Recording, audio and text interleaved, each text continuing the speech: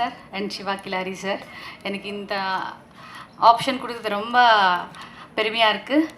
அதுக்கப்புறம் இங்கே Karunasan sir, Vimal sir கூட எனக்கு ரொம்ப நான் பிடிச்சிருக்க ஆர்டிஸ்ட்டு. நான் இப்படி அவர் கூட ஒர்க் பண்ணது ரொம்ப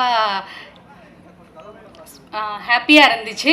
அதுக்கப்புறம் என்னோடய assistant director Raghunandan sir music ரொம்ப ஆல்ரெடி எல்லோரும் வாட்ச் பண்ணிட்டாரு, ரொம்ப அதிகமாக நல்லா பண்ணிட்டாரு. அவ்வளோதான், எனக்கு அதுக்கப்புறம் பேச முடியாது. Thank you so much. போகும் இடம் வெகு தூரம் இல்லை என்ற டைட்டில் ரொம்ப கேச்சிங்காக இருக்குது. இந்த படத்தோட எனக்கு என்ன சம்மந்தம் அப்படின்னா, அவர் மைக்கேல் எங்கிட்ட தான் வந்து இந்த ஒரு கல்கின்னு ஒருத்தர் நம்ம குரங்கு பொம்மையில் எங்கூட நடித்தார். அவர் வந்து எங்கிட்ட ஏதாவது நல்ல ஸ்கிரிப்ட் கேட்டால் சொல்லு அப்படின்னு சொன்னேன். என்கிட்ட வந்து ஸ்கிரிப்ட் சொன்னார். உண்மையிலே இந்த கதையை வந்து நான் மைக்கேல் சொன்னதோட ஜாஸ்தி நான் இன்ட்ரெஸ்ட்டில் சொல்லியிருக்கேன். அத்தனை பேர்கிட்ட நான் இந்த கதையை சொல்லியிருக்கேன். ரொம்ப அருமையான அற்புதமான ஒரு ஸ்கிரிப்டு. நான் ப்ரொடியூஸ் பண்ணலான்னு நினச்சேன், சந்தர்ப்ப சூழ்நிலை சரியாக வரல.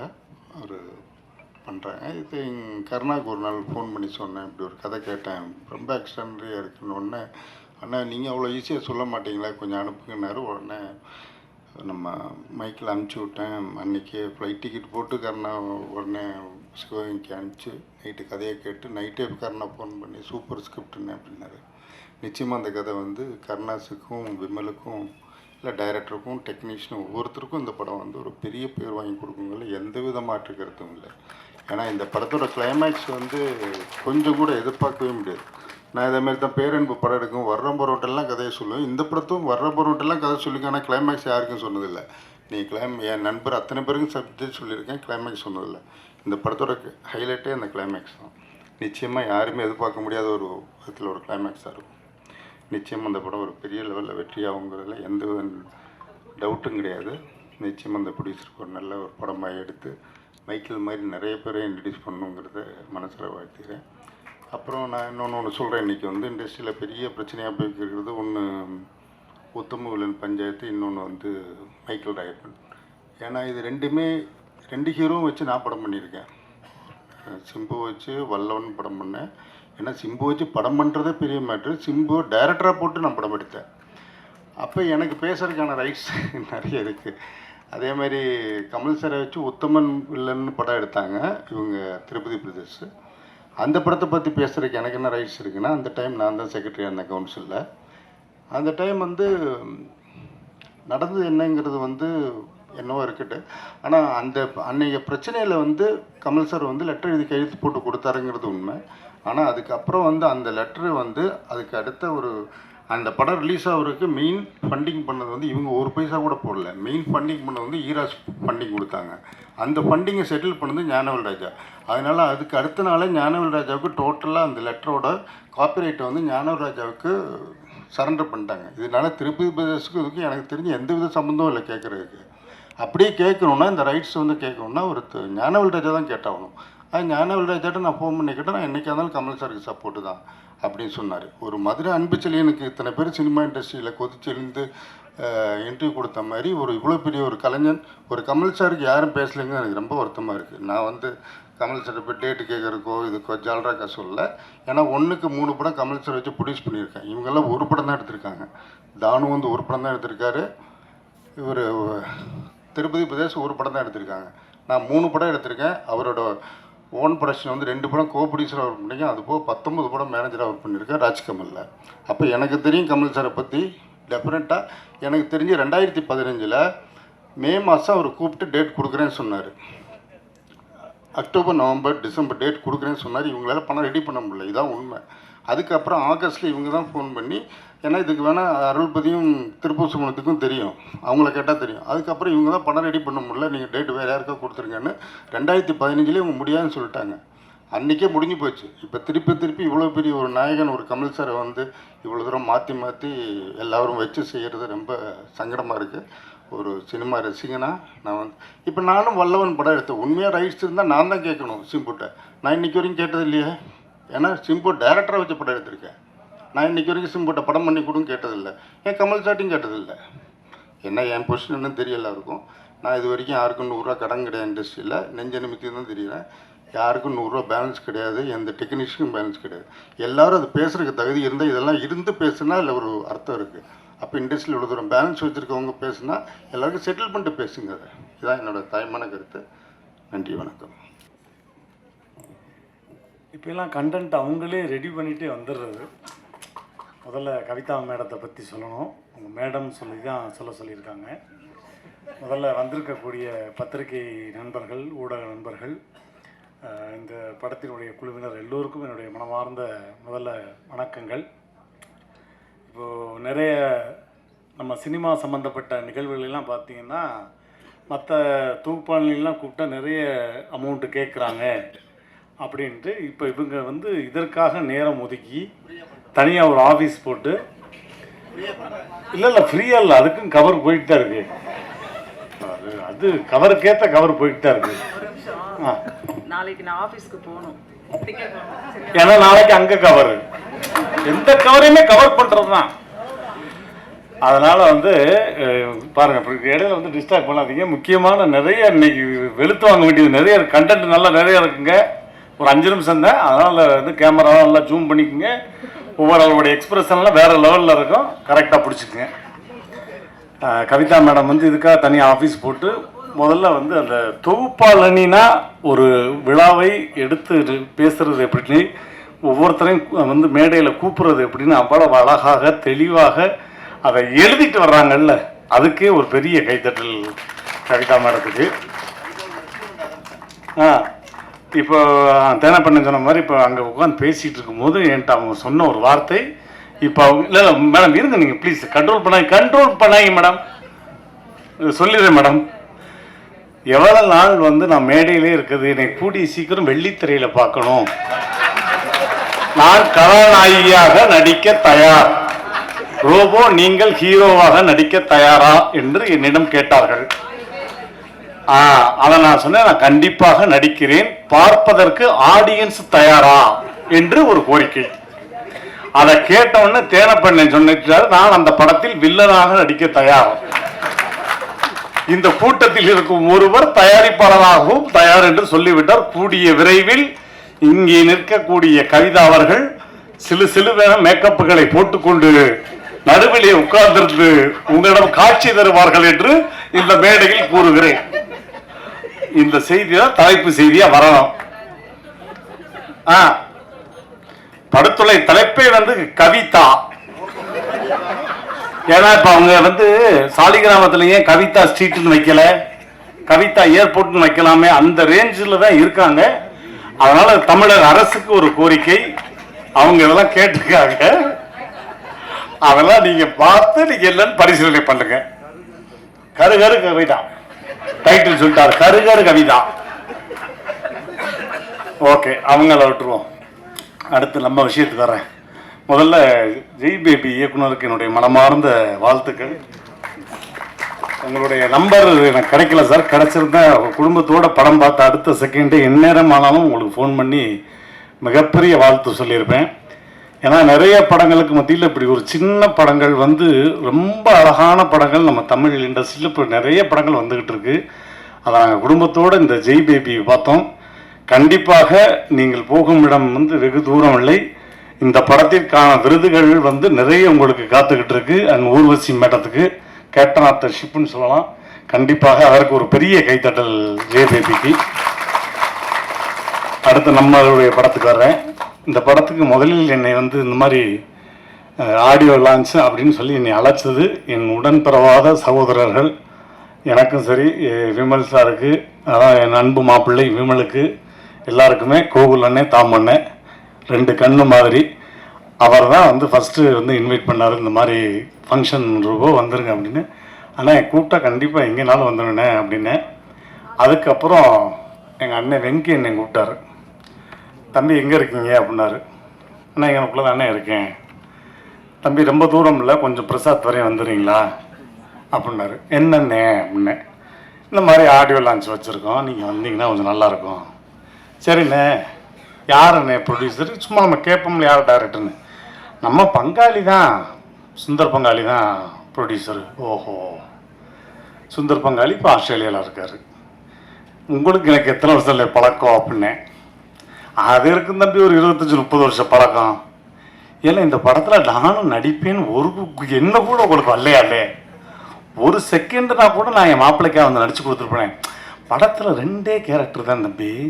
ஒன்று விமல் சார், இன்னொன்று வந்து கருணாசன்.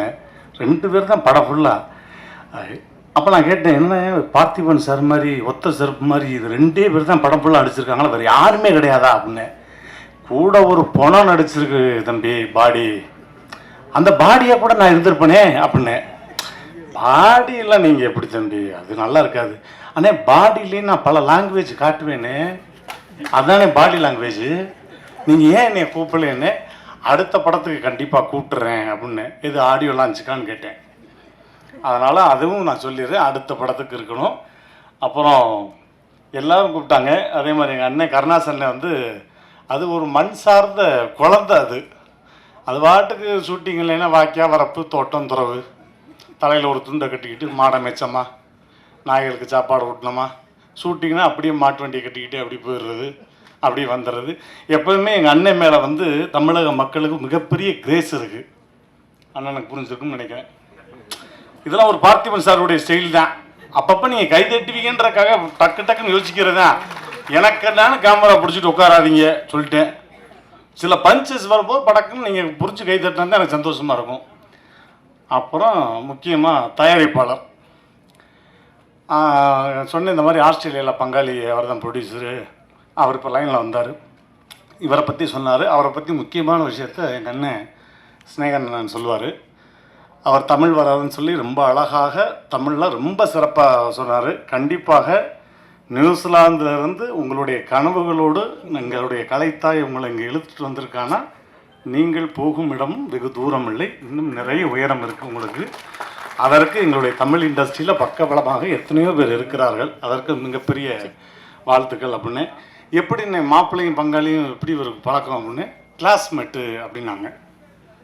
அப்படி ஒரு கிளாஸ்மேட்டுன்னா என்ன கிளாஸ்மேட்டு அப்படின்னு, ஸ்கூலில் படிப்பாங்கள்ல அந்த மாதிரி கிளாஸ்மேட்டு அப்படின்னாரு. அப்போ நான் சொன்னேன், இந்த மாதிரி கிளாஸ்மேட்டாக இருக்காது, நீங்கள் கிளாஸில் தான் ஆரம்பிச்சிருக்கீங்க, ஃபுல்லில் இருக்கீங்க. அதாவது படம் ஃபுல்லாக முடிஞ்சிருக்கு. இதற்கான போதை, ஒரு கலைஞனுக்கு முக்கியமான போதையே கைத்தட்டல் தான். அந்த கைத்தட்டலும் என்னும் போதை கூடிய விரைவில் இந்த படத்துக்கு வரும். அப்போ நீங்கள் என்ஜாய் பண்ணுவீங்கன்னு அப்படின்னு ரொம்ப சந்தோஷப்பட்டாப்புல. கடைசியாக இப்போ மாப்பிள்ளைக்கு வர்றேன். மாப்பிள்ளை சும்மா பேசினாலே காது கேட்காது. இதில் உடம்பு வேற சரியில்லையா? இல்லைங்க, எனக்கு ஒரு மன வருத்தம். எல்லாரும் கூப்பிட்டீங்க, என் வீட்டில் நல்லது கெட்டதுன்னா முதல்ல என் மாப்பிள்ளை நிற்பாப்புல. மாப்பிள்ளை வீட்டில் நல்லது கெட்டதுன்னா முதல் ஆளாக நான் நிற்பேன்.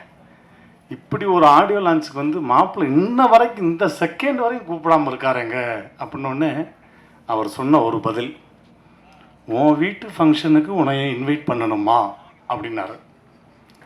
அப்படியே பாரதிராஜா படம் மாதிரி சலார் சலார் சலார் நடித்த மாதிரி இருந்துச்சு. அது மாதிரி இது எங்களுடைய வீட்டு குடும்ப விழா, அதுக்கு அழைப்புதலே தேவையில்லை. சரி பேசிடலாமே அப்படின்னு ஃபோன் பண்ணலாம். கவிதா மேடம் சொன்ன மாதிரி தான், அவர் நார்மலாக பேசினாலும் நான் நிறைய முறை சொல்லியிருக்கேன் உங்களுக்கு. மாப்பிள்ளை எங்கே இருக்கீங்க? என்ன அந்த அங்கே சுற்றிட்டு போயிட்டுருக்கோம். இல்லை இப்போ தான் நான் இருந்துச்சு, அப்படியே ஷூட்டிங் போயிட்டு வந்து அப்படியே நேரம் புரிஞ்சிச்சு மாப்பிள்ளை வச்சுருங்கன்றேன். இப்போ இவருக்கு உடம்பு வேற சரியில்லைன்னா சும்மாவே என் வாயை தூக்கி அவர் காதில் வைக்கணும். இப்போ என் உடம்பையே தூக்கி அவர் காதில் வைக்கணும். ஆமாம் மாமா, காலையிலேருந்து உடம்பு முடியல, ஒரே வயிற்றாலும் வாந்தியமாக இருக்குது. அதுக்கு அதுங்கண்ணே இல்லையா, நீங்கள் வந்து மாமா என்னம்மா நீங்கள் இல்லாமல் எப்படி மாமா அப்படின்னாப்புல. சரி மாப்பிள்ளை வந்துடுறேன்னு. அதனால் என்னுடைய அன்பு மாப்பிள்ளைக்கு என்னுடைய மனமார்ந்த வாழ்த்துக்கள். ஸோ இங்கே இருக்க எல்லாருக்குமே அதே மாதிரி கேமராமேன். பொதுவாக நான் வந்து உயரிய கேமராமேனை பார்த்துருக்கேன், ஆனால் இப்படி உயரத்தில் கேமராமேனை இப்போ தான் நான் பார்க்குறேன். பின்னாடி டிஸ்கஷன்லாம் பயங்கரமாக நடந்துச்சு. நானும் ஸ்னேகன் பேசிக்கிட்டோம். ஏன்னா இவரெல்லாம் வரும்போதெல்லாம் கிரேன்லாம் வச்சுருக்கவே மாட்டாங்கல்ல. கிரேனுக்கு எதுக்கடா வாடகையை கொடுத்துக்கிட்டு தூக்கி அவர் தலைமையில வைடா, அதுவே ஒரு கிரேன் தான்டா. அவரையே 2 தடவை கீழே உட்காந்து எதிர்த்து போக சொல்கிறா, கரெக்டாக இருக்க முடியாதுன்னு. அவர் சொன்னார், காரில் வந்து லைட்டு உட்காரக்கூட இடம் இல்லை, இதெல்லாம் அவங்களுக்கு இல்லை அவருக்கு. பிரச்சனை அவருக்கு. ஏன்னா கேமரா அப்படி வச்சுருந்தா இவர் படுத்துக்கிட்டு தான் எடுத்திருக்கணும். ஸோ அவருக்கும் போகும் இடம் வெகு தூரம் இல்லை, இன்னும் நிறைய உச்சத்திற்கு போவார். இந்த மாதிரி அதே மாதிரி இயக்குனர் முக்கியமாக சொல்லணும், எனக்கும் இந்த படத்திற்கும் இந்த பிரசாத் லேபுக்கும் எந்த சம்பந்தமும் இல்லை என்பது போல் இன்றைக்கு காட்சியளித்தார். நானும் வலை வீசி தேடினேன் இந்த படத்தினுடைய இயக்குனர் யார். ஏன்னா ஒரு படம் எடுத்த டைரக்டர்னா என்ன பண்ணுவானுங்கன்னு எனக்கு தெரியும்.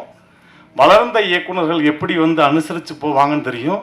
ஆனால் அதுக்கு நடுவில் இப்படியும் ஒரு இயக்குனர், அவர் சொன்ன மாதிரி அவர்கிட்ட குருவாக இருக்கார், அவன் ஸ்டூடெண்ட்ன்றப்ப எப்படி இருக்கும், விஷயமுள்ள ஆள் தான். எனக்கு இதுக்கும் எந்த சம்பந்தம் இல்லாமல் அப்படி ஓரத்தில் நிற்கிறார். ஒரு தடவை எந்திரிச்சிருக்கேன், அவங்களுக்கே கன்ஃபியூஸ் யார் டைரக்டர்னு. ஸோ அவருக்கும் போகும் இடம் வெகு தூரம் இல்லை, இன்னும் நிறைய படங்கள் எடுத்துக்கிட்டே இருக்கணும். மாப்பிள்ளை எல்லாரோடையும் சேர்ந்து நீங்கள் ஒர்க் பண்ணிக்கிட்டே இருக்கணும். மியூசிக் டைரக்டர் இன்றைக்கி விழா நாயகன், அவருக்கு 4வது படம். 4வது படம் இல்லை, 40 படம் பண்ணணும். அப்பப்போ மாப்பிள்ளை நானும் கொஞ்சம் கொஞ்சம் நடிப்பேன். மாப்பிள்ளை மன்னர் வகையராக்க போகிறோம். நானும் என் மாப்பிள்ளை இன்னும் ஒன்று சேராமல் இருக்கும். இப்போ அடுத்து எழில் சார் படத்தில் ஒன்று சேர போகிறோம்.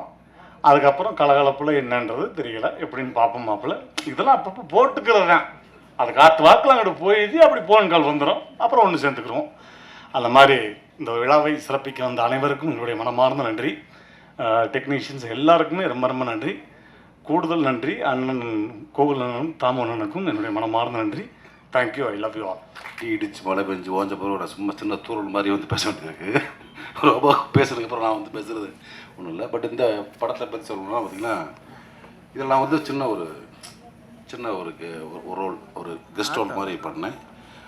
வெங்கடேஷ் மாமா தான் கூப்பிட்டாப்புல, இந்த மாதிரி மாமா சுந்தர் படம் பண்ணுறாப்புல, ஒரு ஃப்ரெண்டு ஒருத்தர் ஆஸ்திரேலியா இது நியூசிலாண்டில் இருக்காரு, அவங்க தான் தயாரிக்கிறாங்கன்னு சொல்லிட்டு சரி அதுக்கப்புறம் அப்புறம் மைக்கில் பெருசாக அறிமுகம் கிடையாது, ஷூட்டிங் ஸ்பாட்டில் தான் பார்த்தேன்.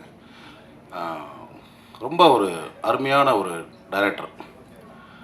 ஒரு ஆர்டிஸ்ட்டுக்கு வந்து சீனை எவ்வளோ அழகாக எக்ஸ்பிளைன் பண்ணி வேலை வாங்கணுன்னு ரொம்ப பல படங்கள் பண்ண ஒரு இயக்குனர் எப்படி இருப்பாங்களோ அந்த மாதிரி இருந்தார். எப்படி சொல்லணும்னா, அவர் ஒரு இயக்குனரை மட்டும் நான் பார்க்கல, ஸ்பாட்டில் ஒரு மாபெரும் நடிகனாகவும் பார்த்தேன். ஏன்னா அவ்வளோ நடிச்சு காமிச்சுடாப்புல ஃபஸ்ட்டு நம்மளுக்கு. அவர் நடிக்கிறதே நம்மளுக்கு வந்து பாதி ஒரு 50% பண்ணாலே போதும். அந்த மாதிரி நல்ல ஒரு தரமான இயக்குனர். கண்டிப்பாக வந்து தமிழ் சினிமா வந்து அவர் சிவப்பு கம்பளம் குறித்து வரவேற்கும் நான் நம்புகிறேன். இந்த படம் அவருக்கு வந்து ஒரு பெரிய வெற்றி படமாக அமையும். தயாரிப்பாளர் சிவா சாருக்கு வணக்கம். தமிழில் வந்து நான் வந்து இந்த நிறைய கதைகள் கேட்பாங்க அப்படிலாம் சொன்னாங்கல்ல, இந்த கதையை கேட்டேன், ஓகே பண்ணிட்டேன்னாரு. உண்மையிலே ஒரு பெரிய சந்தோஷமான விஷயம். ஏன்னா அது வந்து தமிழ் சினிமா பற்றி நிறைய ட்ராவலிங் கதைகள் ரொம்ப கம்மியாக வரும், எப்போயாவது தான் வரும். ஸோ இது வந்து ஒரு ஃபுல் அண்ட் ஃபுல் ஒரு ஹைவே ட்ராவல் ஃபிலிமு.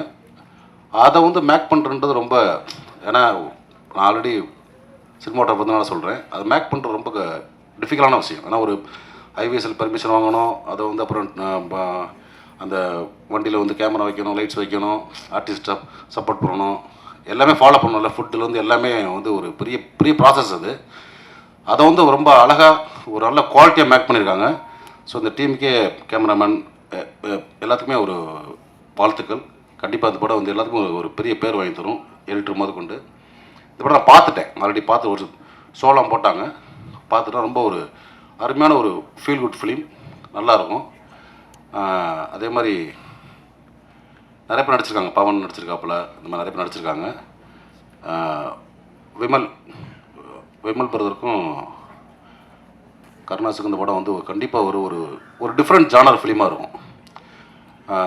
ஏன்னா அந்த படத்தில் வந்து ஹீரோயின் அந்த மாதிரிலாம் கிடையாது, கண்டென்ட்டாக ஒரு நல்ல ஃபிலிம் இது. எனக்கு தெரிஞ்சு பார்த்தீங்கன்னா நான் கொஞ்சம் ஓவராக கூட சொல்லலாம், 2 ஹீரோ அந்த படத்தில் நினைக்கிறேன். விமல் ஒரு ஹீரோ, கருணாஸ் ஒரு ஹீரோ. இந்த படமே அப்படி தான். ஏன்னா 2 பேர் தான் ட்ராவல் பண்ணுவாங்க மொத்த படமும். ஒவ்வொருத்தருக்கும் ஒரு எமோஷன் இருக்கும். சொன்ன மாதிரி கிளைமேக்ஸ் ஒரு நல்ல ஒரு கிளைமேக்ஸ், நல்ல ஒரு ஷாக்கிங்கான கிளைமேக்ஸ். கண்டிப்பாக அந்த படம் வந்து ஒரு எப்பயாவது வர்ற ஒரு நல்ல படங்கள் இந்த படமும் இருக்கும். இந்த படம் வெற்றி பெற்று இந்த படத்தோட தயாரிப்பாளருக்கும் இயக்குனருக்கும் இந்த படத்தில் வேலை செஞ்ச அனைத்து தொழில்நுட்ப கலைஞர்களுக்கும் நடிகர்களுக்கும் நிறையா படங்கள் அடுத்தடுத்து வரணும். கண்டிப்பாக அந்த படம் பெரிய வெற்றி பெற எனக்கு வாழ்த்துக்கள். தேங்க்யூ.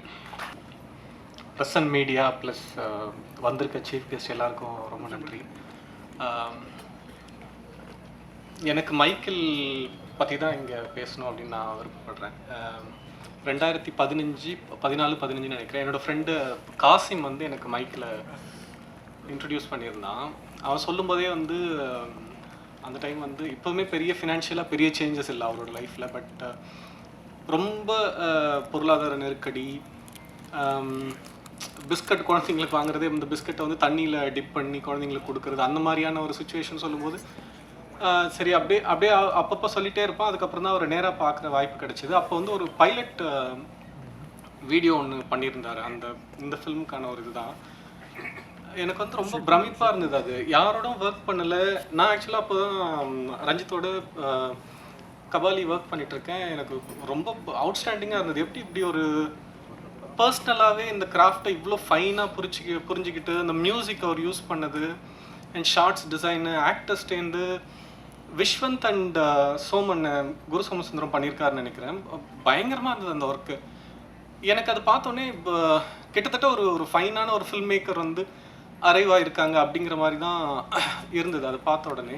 அப்புறம் நான் வந்து ரஞ்சித் அவர்கள்ட்டேருந்து வெளியில் வந்து நான் ட்ரை பண்ணும்போது என்கிட்ட வந்து நான் ட்ரை பண்ணுற இடத்துல வேறு சில கதைகள் இருக்கா அப்படின்னு கேட்கும்போது நான் மைக்கேலோட இதை வந்து சஜஸ்ட் பண்ணியிருந்தேன். ஆக்சுவலாக அவரோட திரைக்கதையுமே படிச்சிருந்தேன். அதுவுமே எனக்கு அடுத்து இன்னொரு பயங்கர பிரமிப்பாக இருந்தது. நிறைய பேர் 15-20 வருஷம் ஃபில்ம் இதுக்குள்ளவே ரொம்ப சின்சியராக ஒர்க் பண்ணிட்டுமே வந்து ஒரு ஆடியன்ஸை என்கேஜ் பண்ணி என்டர்டெயின் பண்ணி இமோஷ்னலாக ஒரு கதை எப்படி சொல்கிறது அப்படிங்கிறதுக்கு வந்து ஒரு புரிதலே இல்லாமல் இருப்பாங்க. பட் எனக்கு அங்கேயுமே அது பயங்கர பிரமிப்பாக இருந்தது. எப்படி இவர் வந்து எங்கேயுமே ஒர்க் பண்ணலை, ஆனால் இவ்வளோ ஃபைனாக அவ்வளோ மைன்யூட்டாக அப்படி ஒரு எமோஷ்னலோட, அது இல்லாமல் அவர் எந்த லேண்ட்லேருந்து வராரு, நான் முழுக்க சென்னை காஞ்சிபுரம் இந்த பேக்ரவுண்ட்லேருந்து வந்திருக்க ஒரு பையன், அவர் திருநெல்வேலி அந்த சரௌண்டிங்லேருந்து அந்த லைஃப் அவ்வளோ மைன்யூட்டாக அப்படி அவ்வளோ சூப்பராக கிராக் பண்ணியிருந்தார் அந்த திரைக்கதைக்குள்ளே. ஸோ இந்த மாதிரி ஃபிலிம்ஸ் வரணும்ல. நம்ம இப்போது பாரதிராஜா சார் ஃபிலிம்ஸ் பார்த்துருப்போம், அகெயின் மகேந்திரன் சாரோட ஒர்க்ஸ் எல்லாம் பார்த்துருக்கோம். அது ஒரு லைஃப்பை எவ்வளோ பியூட்டிஃபுல்லாக ஒரு ரத்தமும் சதையுமாக அது வந்து எப்படி ஒரு அந்த சினிமா மூலிமா அவங்க ஒரு வாழ்க்கையை எடுத்து வச்சாங்களோ அது மாதிரியான மொமெண்ட்ஸ் நிறைய எனக்கு இந்த திரைக்கதைக்குள்ளே பார்க்க முடிஞ்சுது. அகெயின் அதுக்கப்புறம் வேறு நண்பர்களோட பேசும்போது ஃபிலிம் கொஞ்சம் பாசிட்டிவாக போகிற மாதிரி வரும், நிற்கும். கிட்டத்தட்ட ஒரு 5-6 வருஷம் படம் ஆரம்பிக்கிற மாதிரி இருக்கும், நிற்கும். வேறு ஒருத்தவங்க தேனப்பன் சார் பண்ணுற மாதிரி இருந்தது. நிறைய பேர்கிட்ட போயிட்டு பண்ணுறோன்னு போயிட்டு ஸ்டாப் ஆகும். என்னென்னா அவர் யார்கிட்டையும் ஒர்க் பண்ணலை அந்த மாதிரி ஒரு விஷயம் இருக்கும். நிறைய சேலஞ்சஸ் இருந்துக்கிட்டே இருந்தது. ஃபார்ச்சுனேட்டாக நான் அகெயின் ரஞ்சித் சார்லேருந்து வெளியில் வந்து சுரேஷ் அண்ணா நாங்கள் கபாலி காலாவில் ஒர்க் பண்ணியிருந்தோம். இப்போ சுரேஷ் அண்ணா படம் பண்ணும்போது அவரோட ஒர்க் பண்ண என்னை கூப்பிட்டுருந்தார். அப்போ மைக்கிளும் ஜேபேபியில் ஒர்க் பண்ணாங்க. அதில் அகெயின் என்னோட ஸ்டைல் ஆஃப் ஒர்க்கிங்கிறது கம்ப்ளீட்டாக வேறு. எனக்கு எழுதுறது, அதை வந்து நம்ம சொல்கிறது பெர்ஃபார்ம் பண்ண வைக்கிறவங்கள்ட்டேருந்து அவங்களோட பெர்ஃபார்மன்ஸ்லேருந்து அதை என்ஹான்ஸ் பண்ணி வாங்கணும் அப்படிங்கிறது தான் என்னோட பெர்ஸ்பெக்டிவ் டைரெக்ஷன் வரும்பொழுது. மைக்கேல்னா every single character every expression ஐப்ளிங்க்லேருந்து அப்படியே அவர் பெர்ஃபார்ம் பண்ணி ஒவ்வொரு கேரக்டருமே அப்படி பண்ணி காமிப்போம். அது இன்னொரு எக்ஸ்ட்ரீம். எனக்கு அது செட்டே ஆகாது. எனக்கு அந்த மாதிரி ஒர்க் பண்ணுறது. அன்பரசி கூட இருக்காங்க, அவங்க கம்ப்ளைண்ட்லாம் பண்ணுவாங்க, மைக்கில் எப்படி ஒர்க் பண்ணுறாரு பாருங்க அப்படின்ற மாதிரி. அவங்க என்னோடய படத்துலேயும் நடிச்சிருக்காங்க.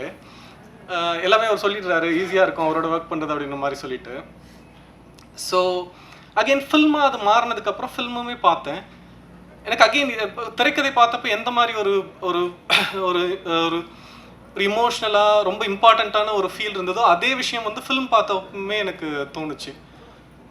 இது ரொம்ப முக்கியமான படம், கிராஃப்டாகவும் கதையாகவும் சரி. அது இல்லாமல் ஒரு என்டையர் ஹியூமனிட்டிக்குமே இது மாதிரி ஒரு எமோஷன் வந்து ரொம்ப தேவைதான் நான் நினைக்கிறேன். ஒருத்தன் வந்து சக மனிதனை அவனோட என்ன ஏது எதுவுமே தெரியாமல் ஒரு ஃபெல்லோ ஹியூமனை எவ்வளோ ஜென்யூனாக அவன் வந்து அந்த ஹியூமனை அட்ரஸ் பண்ணுறான், அவங்கள அந்த ஹியூமனுக்காக எவ்வளோ எக்ஸ்டெண்ட் அவன் போகிறான், எந்த அளவுக்கு அவன் அன்போடு நேசிக்கிறான் அப்படிங்கிறத பற்றி பேசுகிற ஒரு படம் இது. நிச்சயமாக ரொம்ப முக்கியமான ஒரு படம் அப்படிங்கிற ஒரு இடத்துல இந்த படம் கண்டிப்பாக அந்த லிஸ்ட்டில் வந்து இந்த ஃபில்ம் இருக்கும்.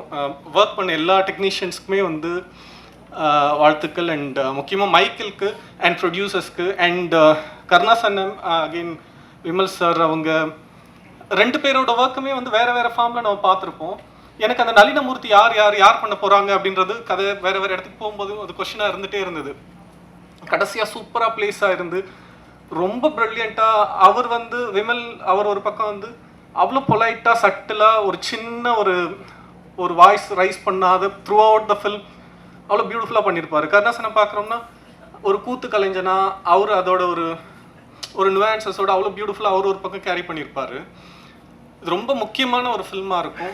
தியேட்ரிக்கலாக எல்லாருமே சப்போர்ட் பண்ணுற பட்சத்தில் இது இன்னுமே வந்து ஃபினான்ஷியலாகவுமே வந்து ஒரு வேலிடான ஃபில்மாக மாறும்பொழுது ப்ரொடியூசர்ஸ்க்கும் ஆஸ் வெல் அஸ் டிரெக்டருக்குமே வந்து அடுத்தடுத்த பெட்டரான ஆப்பர்ச்சுனிட்டிஸ் க்ரியேட் ஆகும்னு நினைக்கிறேன். ரொம்ப நன்றி இந்த வாய்ப்புக்கு, மகிழ்ச்சி, நன்றி. சகோதரரை போல எப்போதுமே நிழலாக எனக்கு துணையாக இருந்து வழிநடத்தி கொண்டிருக்கின்ற அண்ணன் வழக்கறிஞர் கோகுலகிருஷ்ணன் அவர்களுக்கும் தாமோதரன் அவர்களுக்கும் இந்த நேரத்தில் என்னுடைய நன்றிகளையும் வணக்கத்தையும் தெரிவித்துக் கொள்கிறேன். காரணம், ஒரு நல்ல மேடைக்கு என்னை அழைத்திருக்கிறார்கள். இங்கே இருக்கிற ஆளுமைகள் எல்லாமே நாம் எல்லோருமே அறிந்தவர்கள் தான். அதில் நான் நேரடியாக இந்த மேடையில் பார்க்குறது 2 பேர் தான். ஒன்று ஜேபிபி டைரக்டரும், மற்றொரு நம்மளுடைய நண்பர். இந்த 2 இயக்குநர்கள் தான் நான் நேராக பார்க்குறேன். இது எல்லாருமே நாங்கள் பார்த்துருக்கேன். அதனால ஒவ்வொருத்தரை பற்றி பேசி நேரம் விரயம் செய்ய வேண்டாம் என்று நினைக்கிறேன். ஒன்று.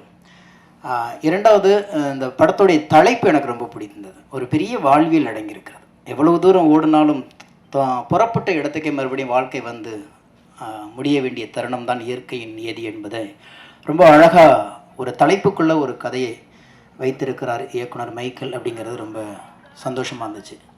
அதுக்கு முதலாக நம்ம பாராட்ட வேண்டியது வந்து இந்த படத்துடைய தயாரிப்பாளர் சிவா கிலாரி. அவர் சொன்னார், எனக்கு தமிழ் தெரியாது அப்படின்னு சொல்லிட்டு தமிழில் பேசினது அண்ணன் பிரபாகரன் சொன்னது மாதிரி அந்த ஒரு ஈடுபாடும் அந்த இணக்கத்துக்காக வேண்டி நாம் உங்களை வந்து தலைவணங்கி பாராட்ட வேண்டியிருக்கிறது. ஏன்னா 2வது தெலுங்குன்னு தன்னை அடையாளப்படுத்தி கொண்டார்.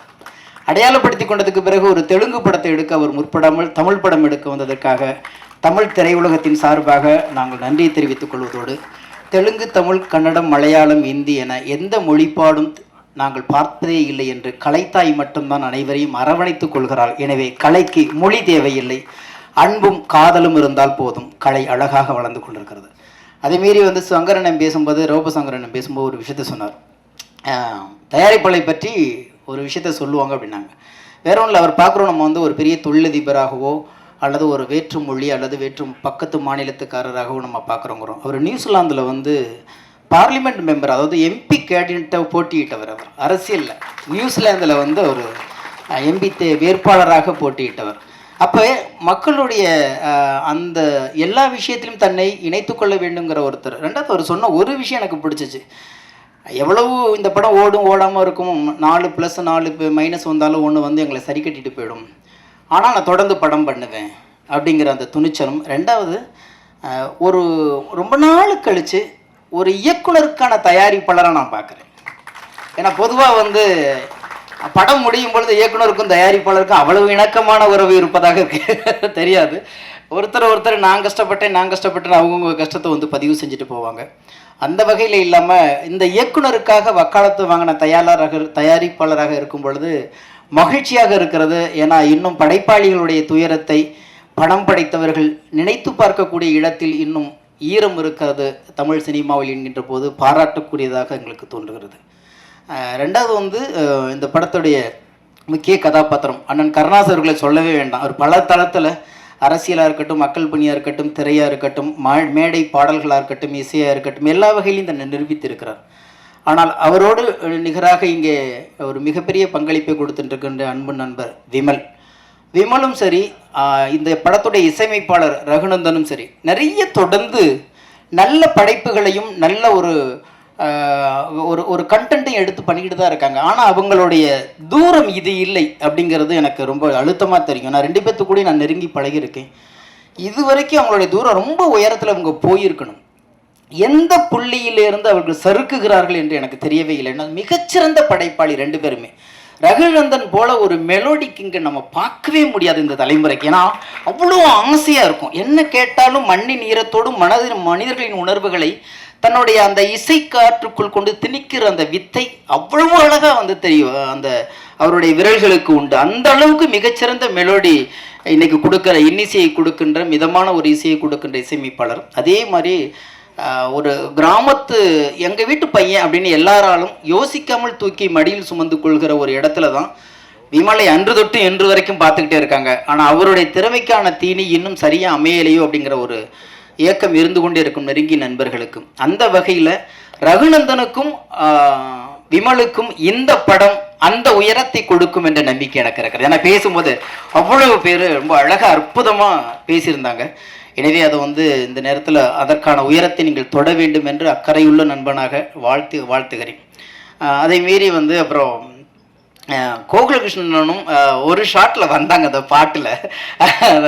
அவங்க எனக்கு வேண்டப்பட்டவங்கன்னு சொல்லலை, ஆனால் வெளியில் பார்த்தா அவங்கள எப்போதுமே ஒரு வில்லன் மாதிரியே பார்ப்பாங்க. ஆனால் உண்மையிலே பழகி பார்த்தா தெரியும் அவர் ஹீரோன்னு சொல்லிட்டு. 2 பேருமே அவ்வளோ குழந்தை ரியல் ஹீரோக்கள் அவங்க. ஆனால் அந்த படத்தில் வரும்போது அந்த 2 பேரும் இறங்கி அந்த தாமோனனும் கோகுலனும் இறங்கி உள்ளே வரும்போது அந்த ஒரு ஷாட் அப்படியே ஒட்டுமொத்த அந்த திரையே ஆக்கிரமிச்சிருந்தாங்க. ஆனால் நீங்கள் தொடர்ந்து நடிங்கண்ணா, ஏன்னா ஒரு நல்ல கதாபாத்திரம் அமைஞ்சிச்சுன்னா, ஏன்னா எல்லாருக்குள்ளேயும் திறமை இருக்கும், வெளிப்படுத்துவதற்குத்தான் ஆள் இல்லை. நான் தான் அடிக்கடி சொல்லுவேன், மேடையில் அமர்ந்திருப்பவர்கள் பெரியவர்கள் அல்ல, மேடையை அமைத்து கொடுத்தவர்களே பெரியவர்கள். இந்த மேடை ஒரு அற்புதமான மேடையாக அமைத்து கொடுத்ததுக்கு காரணம் சிவா கில்லாரி அவர்கள். உண்மையிலே அவர் நம்ம இந்த நேரத்தில் எல்லாரும் பாராட்டியாகணும். அதுக்கப்புறம் இயக்குனர் மைக்கேல் அவர் ரோபசங்கரன் சொன்ன மாதிரி தான், நான் எங்கிருந்தோ வந்தேன் என்னமோ நடந்துட்டு இருக்குங்கிற மாதிரியே உட்காந்துருக்காரு அப்படியே பிடிச்சி. ஆனால் ரொம்ப நேர்த்தியான ஒரு படைப்புங்கிறத நானும் எஸ்ஆர் பிரபாகரனும் இப்போ அந்த ட்ரெய்லர் பார்க்கும்போது பேசிக்கிட்டோம். ஒரு ஷாட் ஒரு நல்ல இயக்குனரை வெளிப்படுத்தியது. தன்னுடைய மனைவி கர்ப்பத்து ஒரு பிரசவ வாழில் இருக்கும் பொழுது இன்னொரு பிரசவத்துக்காக ஒரு பெண் ஐயோ வலிக்குதுன்னு கத்தும்போது மனைவியாட்டியை ஒப்படைச்சிட்டு போகிறான் அந்த கணம். அதுதான் ஒரு சொட்டு போதும், ஒரு சொட்டு போதும், ஒரு கலைக்கான ஒரே ஒரு காட்சி போதும்.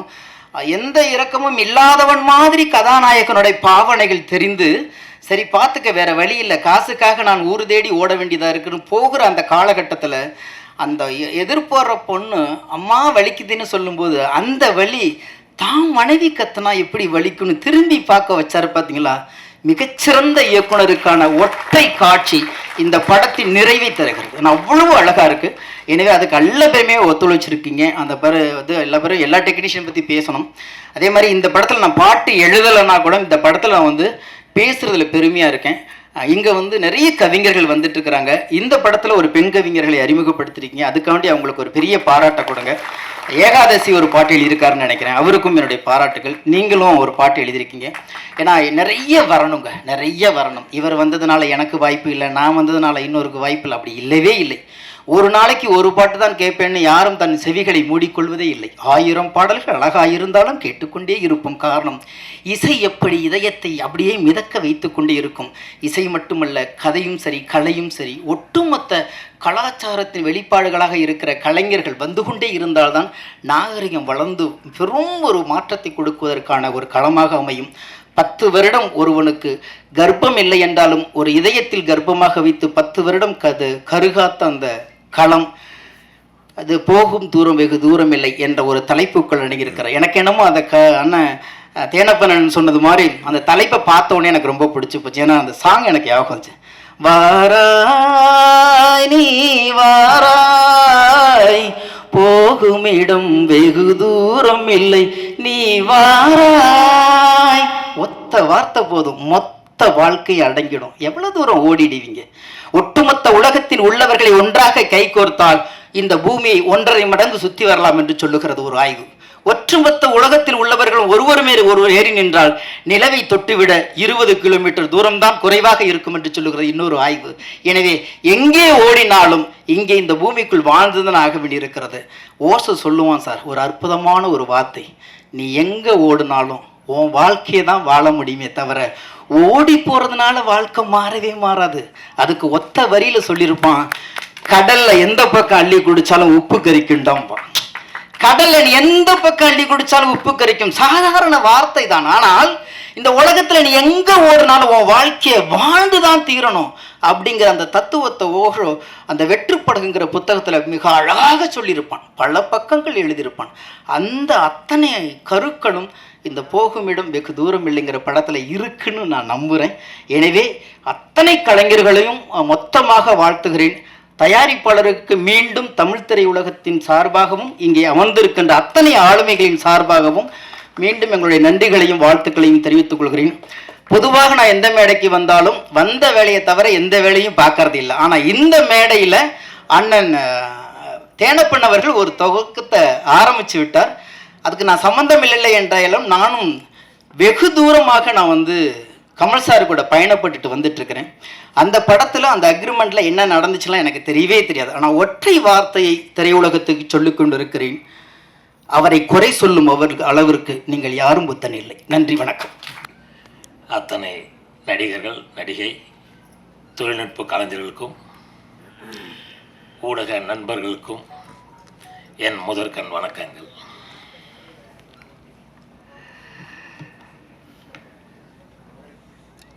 ப்ரொடியூசர் சொன்னார், டைரக்டர் ராஜா அவர்கள் கிட்டத்தட்ட ஒரு 15 வருட போராட்டம் என்று சொன்னார்கள். அது எல்லார் வாழ்க்கையிலும், எல்லா இயக்குநர்கள் வாழ்க்கையிலும் நடக்கிறது. இப்போ நானும் ஒரு 10 வருடங்கள் போராடி தான் எனக்கு கேப்டன் விஜயகாந்த் அவர்கள் பூந்தோட்ட காவல்காரன் என்ற படத்தை இயக்குற வாய்ப்பை கொடுத்தார். அந்த படம் மிகப்பெரிய வெற்றி அடைஞ்சது. அதே போன்று தான் இவரும் 10 வருடங்கள் போராடி இந்த படத்தை பெற்றிருக்கிறார். இந்த படமும் அந்த படம் மாதிரி மிகப்பெரிய வெற்றி அடையும் கண்டிப்பாக. ஏன்னா உங்களுடைய அந்த உழைப்பு, அந்த சின்சியாரிட்டி. அவர் சொன்னார் ப்ரொடியூசர், நான் 5:30 மணிக்கு தான் வர சொன்னார், அவர் 4 மணிக்கு வந்தார். அந்த பேஷன் கண்டிப்பாக நீங்கள் வெற்றி அடைவீர்கள். அதற்கு உறுதுணையாக உங்கள் இசையமைப்பாளர் ரகுநந்தன் சார், இந்த விழா நாயகன், மிக அருமையாக டியூன் போட்டிருக்கிறார். அதற்கேற்றா போல அந்த பெண் கவிஞர் நன்றாக பாடல் எழுதியிருக்கிறார். அதே போன்று ரோபசங்கர் தான் சொன்னார், உயர்ந்த ஒரு இசையமைப்பாளர், அவருக்கு கிரெயின் தேவையில்லை, ட்ராலி தேவையில்லை, எல்லாமே கேமராமேன் சார், எல்லாமே அவர் அவரே போதும் அப்படின்னாரு. அதே போன்று அவ்வளவு உயர்ந்த கேமரா, நல்லா இருக்குது ஒர்க்கு. அந்த இதில் பார்க்கும்போது, சாங்கில் பார்க்கும்போது ஒரு ஷாட்டுமே அவ்வளோ அழகாக இருக்குது. அவர் சொன்னார், லைட் வச்சோம், உட்கார இடம்லன்னு, அதான் தெரியவே இல்லை, ரொம்ப நல்லா இது பண்ணியிருக்காரு. அதே மாதிரி படத்தொகுப்பாளர் ஷார்ட்ஸ் அந்த போட்டிருக்கிறதெல்லாம் ஒரு ஷாட்டும் ரொம்ப அருமையாக இருக்குது. அதே மாதிரி அந்த மியூசிக் ஏற்ற மாதிரி அந்த சிங்க்கும் அவ்வளோ அழகாக படத்தொகுப்பு பண்ணியிருக்காரு. எல்லாருமே இந்த டீமை பொறுத்தவரைக்கும். அதே மாதிரி ஆர்ட் டைரக்டர் சொன்னார், நான் சென்னையிலே வளர்ந்தவர்னு, ஆனால் அந்த மாதிரி தெரியல. ஒரு கிராமத்து படத்தை அந்த கிராமத்து மண் வாசனையோடு அவர் கொடுத்துருக்குறாரு. எல்லாருமே நல்லா இது பண்ணியிருக்காங்க. விமல் சார் பற்றி அவர் இதுக்கு முன்னாடி படங்களே நம்மளது மனதை களவாண்டி இருக்கிறார். அவர் ஒரு மிகப்பெரிய களவாணி. அவர் இந்த படத்தின் மூலமாக மிகப்பெரிய உயரத்தை அடைவார். எல்லாருக்குமே ஒரு சின்ன கேப்புங்க வரும். விஜயகாந்த் சார் கூட ஒரு 2 வருஷம் ரொம்ப இதில் அதுக்கப்புறம் சாட்சின்னு ஒரு படம் தான் மிகப்பெரிய வெற்றி அடைஞ்சது. அதுபோன்று விமல் சாரும் இந்த படத்தின் மூலமாக மிகப்பெரிய வெற்றி அடைவார். அவரை பற்றி நடுவில்லாம் கொஞ்சம் அப்படி இப்படிலாம் பேசிக்கிட்டு இருந்தாங்க. ஆனால் அதெல்லாம் எதுவுமே நிஜம் இல்லை, அதெல்லாம் ஃபேக் அப்படின்னு தயாரிப்பாளர் சொன்னார். அவர் காலையில் எவ்வளோ சீக்கிரம் வருவார், லேட்டாக வீட்டுக்கு போவார். அதே மாதிரி எந்த அசிஸ்டண்ட்டையும் அவர் வச்சுக்கவே இல்லை, ஒரே ஒரு அசிஸ்டண்ட் இருந்தால் போதும்லாம் சொன்னாருன்னு. அவருடைய அதான் வந்த நியூஸு, நம்ம படித்தது, கேள்விப்பட்டது எல்லாமே பொய்ன்னு இப்போ தெரிஞ்சிச்சு. அதனால் விமல் சார் இன்னும் மிகப்பெரிய ஒரு வெற்றி அடையணும். மிகப்பெரிய ஒரு முன்னணி கதாநாயகர் லிஸ்ட்டில் கண்டிப்பாக இந்த படத்தின் மூலமாக வந்துடுவார். கருணாஸ் பற்றி சொல்லவே தேவையில்லை. அவர் எனக்கு ஒரு 25 வருடங்களுக்கு முன்னாடி இருந்து நண்பர்.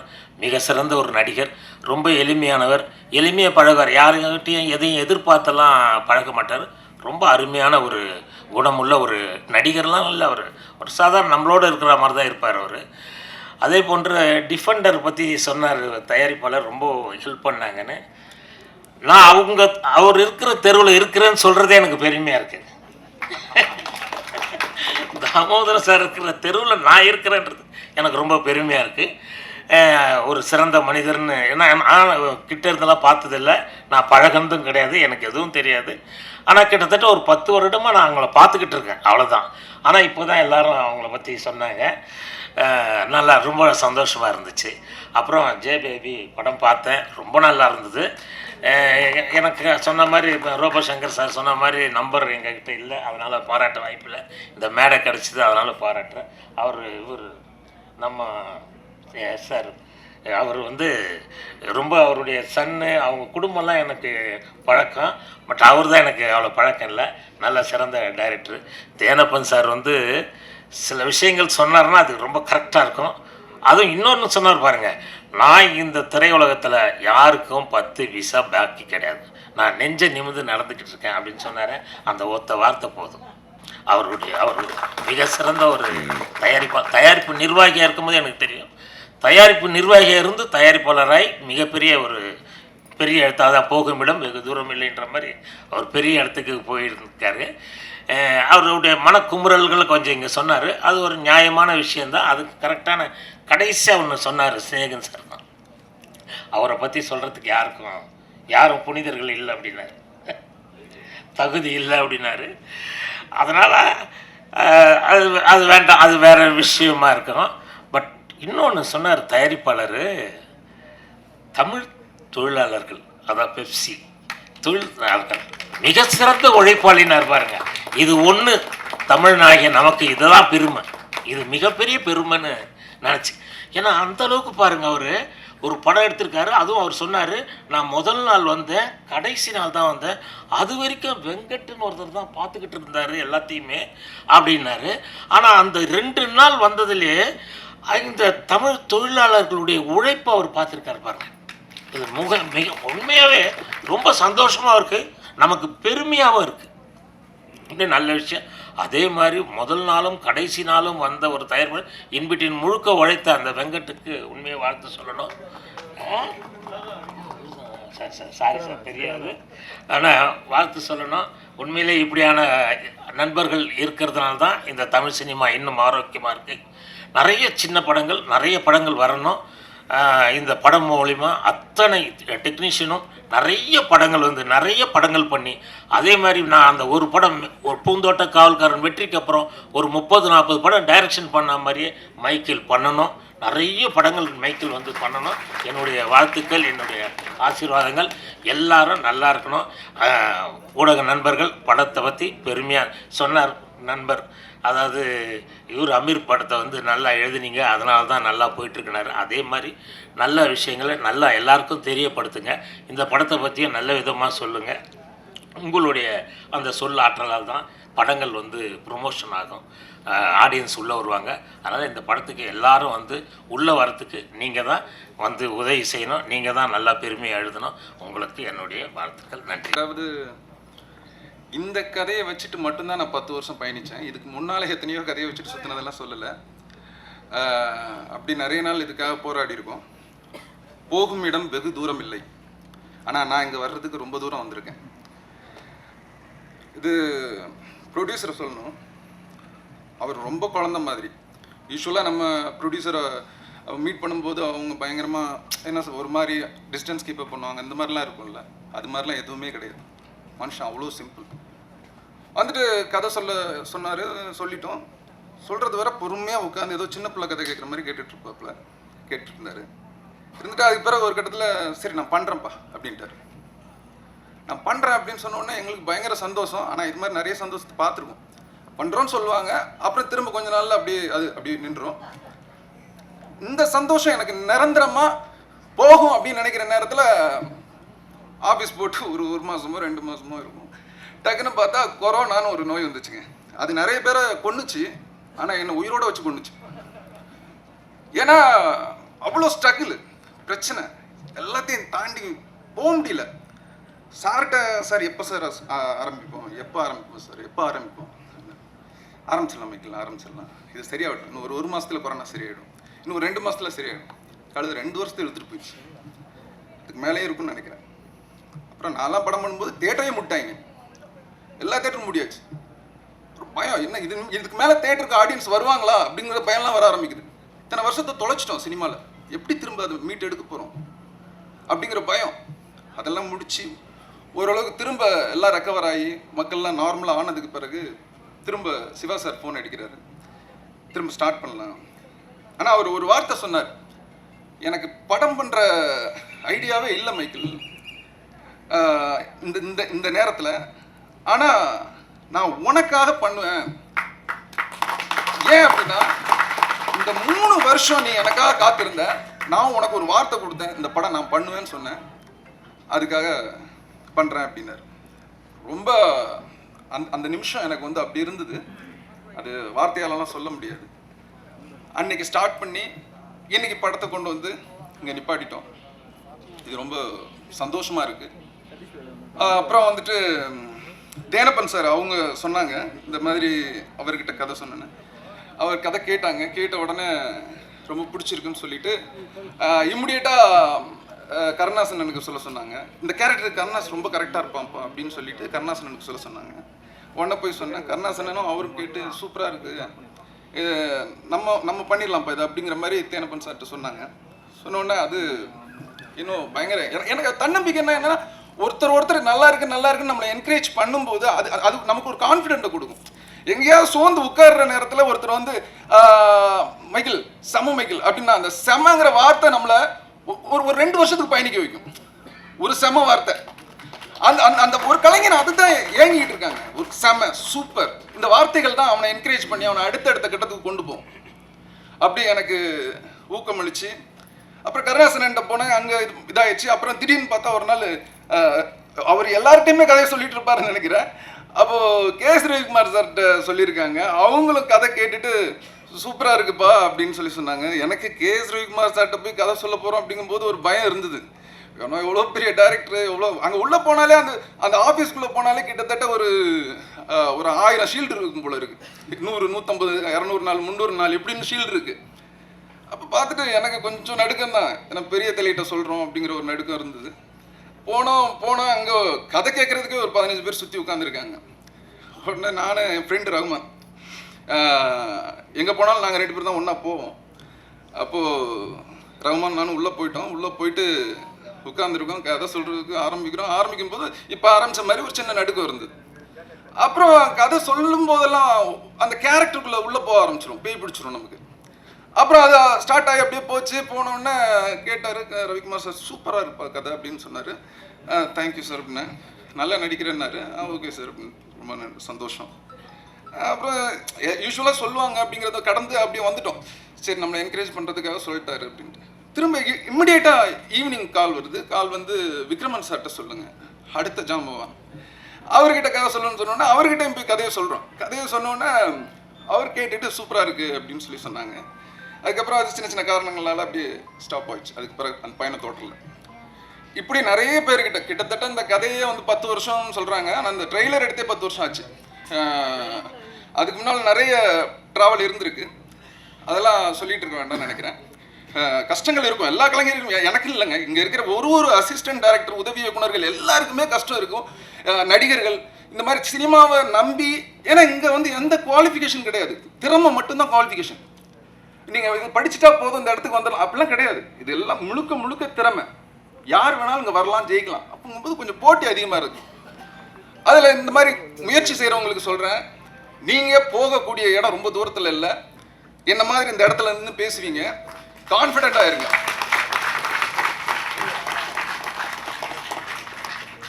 அப்புறம் எங்கள் படத்தோட கேமராமேன் ஒரு என்ன சொல்கிறது, 2 பேருக்குமே சண்டை வந்துக்கிட்டு தான் இருக்கும். அது எங்கே போனாலும் நான் சண்டை போட்டுக்கிட்டு தான் இருப்பேன், அதை என்ன மாற்ற முடியாது. சண்டை போட்டு இது பண்ணிட்டு தான் இருப்பேன். அவர் ரொம்ப சூப்பராக பண்ணார், செம்மையாக பண்ணார். நான் எவ்வளோ கோவப்பட்டாலும் அதை பொறுத்துக்கிட்டு படத்தை நல்லபடியாக முடிக்கணும் அப்படிங்கிற ஒரே இதில் ரொம்ப ஹார்ட் ஒர்க். அவர்லாம் எனக்கு தெரிஞ்சு நானாவது அப்பப்போ போயிட்டு ஏதாவது ஒரு தம்ம போட்டு வந்துடுவேன். ஆனால் மனுஷன் எதுவுமே பண்ண மாட்டாப்புல, அப்படியே இருப்பாப்புல. அந்த க்ரெயினில் ஏறிட்டாப்புலன்னா அப்படியே அங்கேயே திரும்ப ஷூட் முடிகிறது வரை அந்த ஏரியா விட்டு வெளில வர்றது கிடையாது. அந்த மாதிரி ஒரு சின்சியரான ஒர்க்கர். எடிட்டரை பற்றி சொல்லணும்னா 2 பேர் ஆரம்பித்த நாள்லேருந்தே சண்டை தான், பயங்கர சண்டை. சட்டையை பிடிச்சிட்டு பிச்சுக்கல, அவ்வளோதான். ஆனால் நமக்கும் கொஞ்சம் எடிட்டிங் தெரியணுன்னே நம்ம கொஞ்சம் அதிமேதாவியாக சிலது பேசுவோம். அவர் சரி இவங்ககிட்ட வேறு வழி இல்லை, பொறுத்து போவோம் அப்படின்னு சொல்லிட்டு அவர் கொஞ்சம் அட்ஜஸ்ட் பண்ணி போனாப்புல. ஆனால் உண்மையாகவே அவரோட எடிட்டிங் தாங்க படம். நான் பண்ணதில்லை. நான் வந்துட்டு சின்ன இன்புட் தான் கொடுப்பேன். அதுக்கப்புறம் அவர் தலைவா இப்படி ஒன்று பண்ணலாமா அப்படின்னா அதுதான் அங்கே சூப்பராக நிற்கும். ரொம்ப அருமையாக எடிட் பண்ணி கொடுத்தீங்க தியாகு, ரொம்ப சந்தோஷம். அதுக்கப்புறம் அம்பிகா குமரன் பற்றி சொல்லணும்னா வந்தாங்க. வந்து ஒரு நாள் வெங்கடண்ணா வந்து வாய்ப்பு வாங்கி கொடுத்தாங்க. வந்து இவங்களை சேர்த்துக்குங்க அப்படின்னு சொல்லும்போது அவங்க ஒரு கவிதை தொகுப்பு ஒரு புத்தகம் கொடுத்தாங்க. படித்தேன், நல்லா இருந்தது. அதுக்கப்புறம் வர சொல்லுங்கண்ணே சேர்ந்துக்கிட்டோம் அப்படின்னு சொன்னேன். நிறைய பெண் இயக்குனர்கள் கேட்டிருக்காங்க. பட் எனக்கு அவங்களுக்கு ஏதோ கொடுக்கணும்னு தோணுச்சு, கொடுத்துட்டேன். அதுக்கப்புறம் அவ்வளோ சின்சியரான ஒர்க்கு, டெய்லி அசிஸ்டன்ட் டைரக்டராகவும் சூப்பராக ஒர்க் பண்ணாங்க. அப்புறம் ஒரு ஒரு பெண்ணால் எவ்வளோ சப்போர்ட் பண்ண முடியுமோ, அவங்க உடல் பாதைகளை தாண்டி எவ்வளோ சப்போர்ட் பண்ண முடியுமோ அவ்வளோ சப்போர்ட் பண்ணாங்க. ரொம்ப தேங்க்ஸ் அம்பிகா. அதுக்கப்புறம் அவங்களோட பாடல், ரொம்ப நாளாக கவிதை எழுதுறதுக்கு, அந்த பாடல் எழுதுறதுக்கு முயற்சி செஞ்சுக்கிட்டு இருக்கேன் அப்படின்னு சொன்னாங்க. நான் அப்போது சரி நீங்கள் சும்மா எழுதுங்க பாப்பா, அதை நம்பிடாதீங்க, நான் வாய்ப்பு கொடுப்பேன்லாம் நம்பிடாதீங்க, நீங்கள் சும்மா எழுதுங்க அப்படின்னு. நல்லா இருந்தால் வாய்ப்பு கொடுக்குறேன் அப்படின்னா அவங்க எழுதுனாங்க. ரொம்ப சூப்பராக எழுதியிருந்தாங்க பாட்டு. அது இவர் ரகுநந்தன் சார் கூட சொன்னார், இந்த பாட்டு ரொம்ப சூப்பராக எழுதியிருக்காரு அப்படின்னு.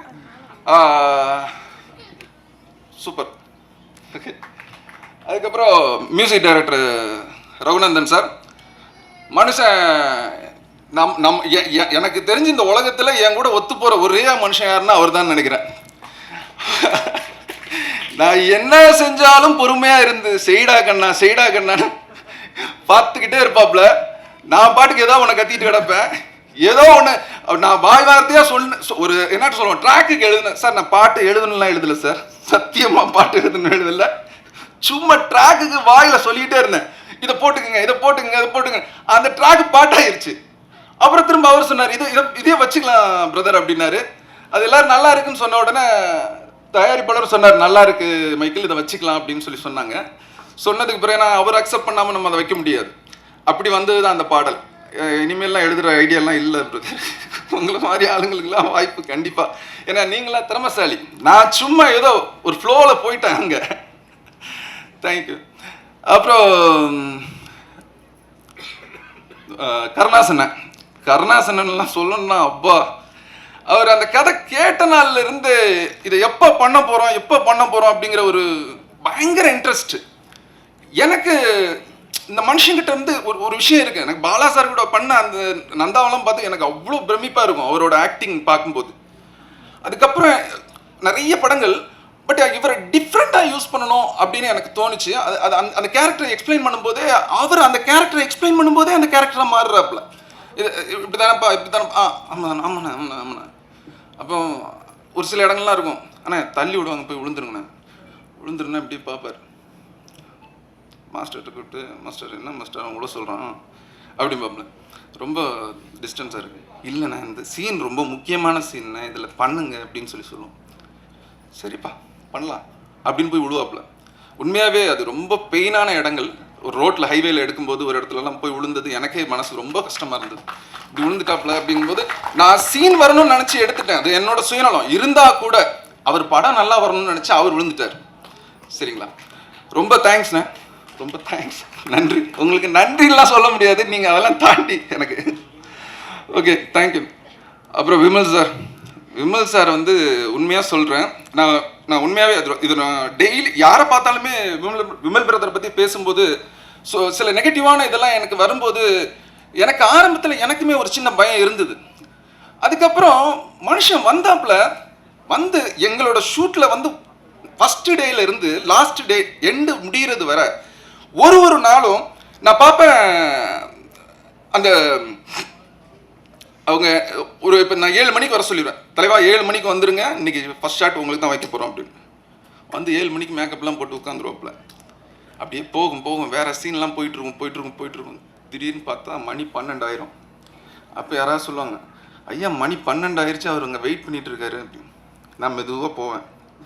என்ன பிரதர் கோவமா அப்படின்னா, ஒன்றும் இல்லைங்க, அங்கே ரூமில் இருக்க போகிறேன், இல்லைன்னா இங்கே வந்து இருக்க போகிறேன், அவ்வளோதானே, நீங்கள் எடுக்கிறத எடுங்குங்க, பார்த்துக்கலாங்க அப்படின்னு பார்ப்பல. ஒரு சின்ன இது கூட முகச்சுழிவு கூட இருக்காது. மனுஷன் அவ்வளோ கோஆப்ரேட், ஒரு விஷயத்துலையும் அப்படி வந்து இது பண்ணுவாப்புல. டயலாக்கே இருக்காது பெருசாக அந்த படத்தில், பட் எக்ஸ்பிரஷன் தான். இது ரொம்ப ஷார்ப். ஒரு நடிகன் வந்து டயலாக் பேசி நடிக்கிறது ரொம்ப ஈஸி. டயலாக்கே பேசாமல் இப்போ கேள்வி கேட்டு பதில் சொல்கிற மாதிரி தான் டயலாக் பேசி நடிக்கிறது. கேள்வியே கேட்காம இப்படி மேடையிலேருந்து பேசுகிறோம்ல, இது மாதிரி கஷ்டமான விஷயம் எதுன்னா அந்த எக்ஸ்பிரஷனில் நடிக்கிறது ரொம்ப கஷ்டம். அது சூப்பராக பண்ணியிருக்காரு. நீங்கள் படம் பார்த்து தெரிஞ்சுக்கோங்க. நான் என் படங்கிறதுனால நான் புகழ்ந்து பேசினா அது நல்லாவும் இருக்காது. ரொம்ப அற்புதமாக நடிச்சிருக்காப்புல. சூப்பராக எங்களுக்கு சப்போர்ட் பண்ணாப்புல, தயாரிப்பாளருக்கு சப்போர்ட் பண்ணாப்புல. ரொம்ப சந்தோஷம். அதுக்கப்புறம் சுரேஷனை இங்கே வந்து என்னை பற்றி ரொம்ப பெருமையாக பேசிகிட்டு இருந்தாப்புல. அப்படிலாம் கிடையாது. நான் கொஞ்சம் ஷார்ட் டெம்பர், அவ்வளோதான். பிடிவாதம் அப்படிலாம் கிடையாது. ஷார்ட் டெம்பர், கோவம் வரும்போது எனக்கு தோன்றதை உண்மையாக சொல்லுவேன், அவ்வளோதான். அண்ணன் உடனே என்ன சொல்லுவாப்புல, டேய் இருடா, கொஞ்சம் பொறுமையா இருடா, டென்ஷன் ஆகாதடா, ஆர்டிஸ்ட்டெல்லாம் அப்படி தாண்டா வேலை வாங்கணும், கொஞ்சம் பொறுமை. அது நமக்கு தெரியாது, நம்ம ஸ்ட்ராங்காக இல்லை, இதுதான் வேணும். அதில் காம்ப்ரமைஸ்லாம் பண்ண தெரியாதுங்க. ஏன்னா எழுதும் போது அப்படி எழுதி தொலைச்சிடுறோம். ஒன்று ரசித்து எழுதுறோம்ல, ஒரு கதாபாத்திரத்தையும் ரசித்து எழுதும்போது அது அவ்வளோ சாதாரணமெல்லாம் விட்டுற மாட்டோம் நடிகர்கள்லாம். அதுக்கான வேலை அவங்ககிட்ட இருந்து எடுத்துடணும்னு நினைப்போம். அப்படி நான் ஆசைப்படுவேன். அண்ணன் வந்து அது வேற ரகம். என்ன ஒரு படத்தில் முழுசாக நான் ஏகப்பட்ட படம் அசிஸ்டன்ட் டைரக்டராக ஒர்க் பண்ணியிருக்கேன். முதல் படம்லாம் கிடையாது, எல்லா படத்துலையும் விரட்டி விட்டுருவானுங்க. ஒரு கால்வாசி படம் போகும், ஒரு மாதம் டிஸ்கஷன் போவேன். மைக்கிள் நாங்கள் கூப்பிட்றோம் மைக்கிள் அப்படிம்பாங்க. சரி சார், எப்போ சார்? கூப்பிட்றோம் மைக்கிள், அவ்வளோதான், முடிஞ்சிச்சு. அடுத்தது இப்படியே நிறைய போயிட்டு இருக்கோம். அண்ணன் வந்து ஒரு படம் ஃபுல்லாக வச்சு என் கொடுமைகளெல்லாம் தாங்கிக்கிட்டு என்னை ஒரு முழு படம் ஒர்க் பண்ண வச்சார். ஆரம்பத்துலேருந்து எண்டு வரை ஒர்க் பண்ண வச்சார். அது நான் ஒர்க் பண்ணல, அவர் வச்சார். அப்புறம் தினகர் ரொம்ப முக்கியமாக நான் சொல்லக்கூடிய ஒரு நபர். ஏன் அப்படின்னா, ஒரு உதவி இயக்குநர்களும் கதை சொல்ல போகும்போது அவங்கவுங்க கதை, இந்த தயாரிப்பாளர் நமக்கு கிடைச்சா போதும், இவரை நம்ம மட்டும் வச்சுக்குவோம் இப்படின்னு சொல்லிட்டு எச்சத்தனமாக வேற யார்கிட்டையுமே சொல்ல மாட்டாங்க. தப்பாக எடுத்துக்க வேண்டாம். ஆனால் அந்த மனுஷன், நாங்கள் எங்கள் 2 பேருக்குள்ள ஒன்று இருக்கும். நான் ஒரு இடத்துல போய் கதை சொல்லிட்டு வந்துட்டேன், எனக்கு பவுன்ஸ் ஆயிடுச்சுன்னா டப்புன்னு தினகரன் போங்க அங்கே போங்க அப்படிமே. உடனே இவர் தலைவா நீங்கள் அங்கே போங்க, மாற்றி நீங்கள் அங்கே இங்கே இப்படி போயிட்டு இருப்போமா. ஒரு இடத்துல இந்த மனுஷன் என்ன பண்ணிட்டாரு, என் கதையை போய் சொல்லிட்டாப்ல. அவர் கதை சொல்ல போன இடத்துல என் கதையும் சேர்த்து சொல்லிட்டாப்ல. அப்போ அந்த கதையை வர சொல்லுங்க அப்படின்னாங்க. ஒரு நல்லவர்கிட்ட போய் அந்த கதையை சொல்கிறோம். அந்த நல்லவர் என்ன பண்ணுறாப்புல, இந்த நல்லவர் சிவா கல்லார் சார் கிட்ட கொண்டு வந்து விட்றாப்புல. ரொம்ப உண்மையாக சொல்கிறேன், எந்த ஒரு இதுவும் தெரியாமல் ஒரு புது காலம் இதெல்லாம் எப்படி எடுத்தாருன்னு எனக்கு தெரியல. ஒரு ரொம்ப பெரிய விஷயம் சார் சிவா கல்லார் சார், ஒரு சூப்பர் சார் நீங்கள். ஏன்னா இந்த மாதிரி ஒரு கதைக்களம், ஒரு கமர்ஷியல் இது கிடையாது, எலிமெண்ட்ஸ் கிடையாது, ரொம்ப பெரிய கமர்ஷியல் இது இல்லை. அதை நம்பி எடுத்ததுக்கு உங்களுக்கு அது வார்த்தையெல்லாம் சொல்ல முடியாது சார். ரொம்ப சந்தோஷம் sir. Thank you sir, thank you. Director பற்றி ஒன்று சொல்லணும். அது என்னென்ன நான் மறந்துட்டேன். நான் என் ஃப்ரெண்டு சுந்தர் இருக்காங்களே, அப்போ வந்து நாங்கள் டிஸ்கஸ் பண்ணும்போது ஸ்டோரி சொல்லிட்டாங்க. ஸ்டோரி சொல்லும்போது நாங்கள் வந்து ஒரு 2-3 ஷாட் எடுத்துடலாம், ஹீரோ ஒத்துக்க மாட்டாங்க இதுக்கு எல்லாம்னு சொன்னால், மைக்கேல் அவங்க வந்து ஒத்துக்கலை, நாங்கள் பண்ணிட்டே ஆகணும்னு சொல்லிட்டு சரி ஸ்லோவாக சொல்லி வச்சுட்டு 2-3 சீன் எடுத்துட்டாங்க, ஹீரோவுக்கு நல்லா இருக்காதுன்னு சொல்லிட்டு. அதுக்கப்புறம் வந்து அட்வான்ஸ் கொடுத்துட்டாங்க. அட்வான்ஸ் கொடுக்குறதுக்கு ரெடி ஆகிடுச்சு கருணாசன்னாக்கு, விமல் மாப்பிள்ளைக்கு. அப்போ நான் சொன்னேன் சுந்தருக்கு வந்து, டேய் இந்த ஆக்டர்ஸ் 2 பேர் இருக்காங்களே, இவங்க சத்தாங்கடா படம் முடிக்கிறது உள்ள. இந்த டைரக்டர் வந்து அப்படி பிடிவாதி டைரக்டரு. நான் அங்கேயே உட்காந்துட்டு நான் பணம் அனுப்பிச்சிட்டே இருப்பேன், நீங்கள் முடிச்சுட்டு முடியும்னா நீ பண்ணுங்க.